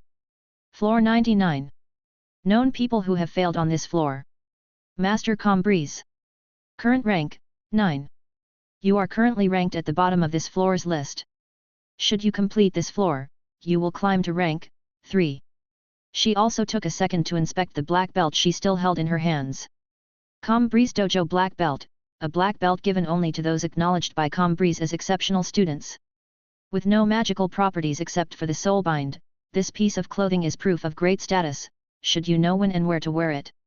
Well, it's not the kind of incredible effect I hoped for that would bolster my power for the next floors. But I'll gladly take it. As Sofia was transported to the next floor, she sighed at the oddly familiar setting. Frowning, she broke off the shackles binding her to the wall.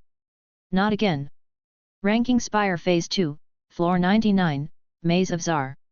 That's it. Great. No instructions, then, and the name isn't helpful.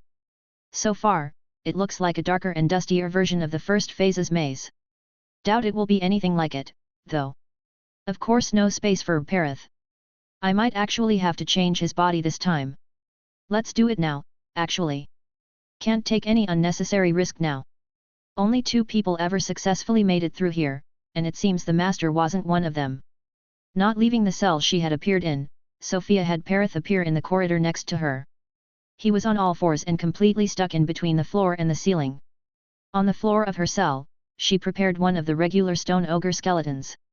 Perith would be back to his old, weaker self, but it was better for Sofia than going alone.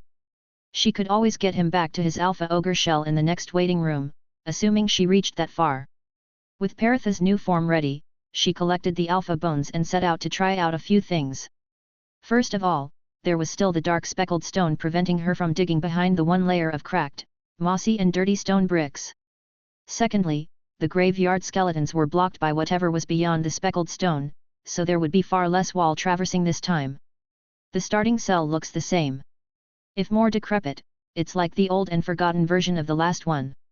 I wonder if the layout is the same. Also, are the moving walls still a thing? And what about the Earth Drake? It would be funny if the challenge here was to defeat it, except mine's already dead. We'll see. The master went out of his way to warn me that it was exceptionally deadly. Should I be more wary of traps? I think, to be safe, I should assume that this place has nothing to do with the one from the first phase. I should try to let Bookie regenerate his fog a bit right now. I'll send the paladins to explore.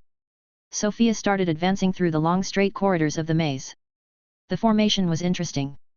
There were 3 paladins far ahead acting as scouts, 3 more a dozen meters away from Sofia and Perith acting as a front guard and 3 as a rear guard, and most of the rest forming a tight-knit protective circle around Perith and Sofia. Some of them were also tasked with keeping a constant focus on the walls, floor, and ceiling in every direction to make sure they weren't moving.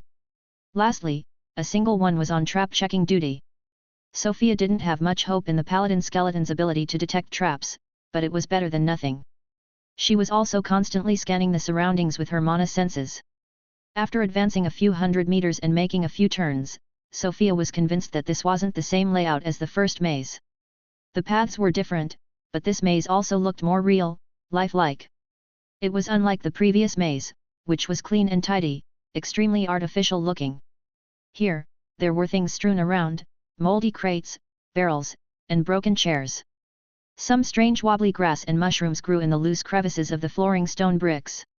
Every so often, the muffled remnants of deformed distant echoes reached Sofia's ears. The 3 scouts stopped, and the middle one took a step back, signaling they found an enemy.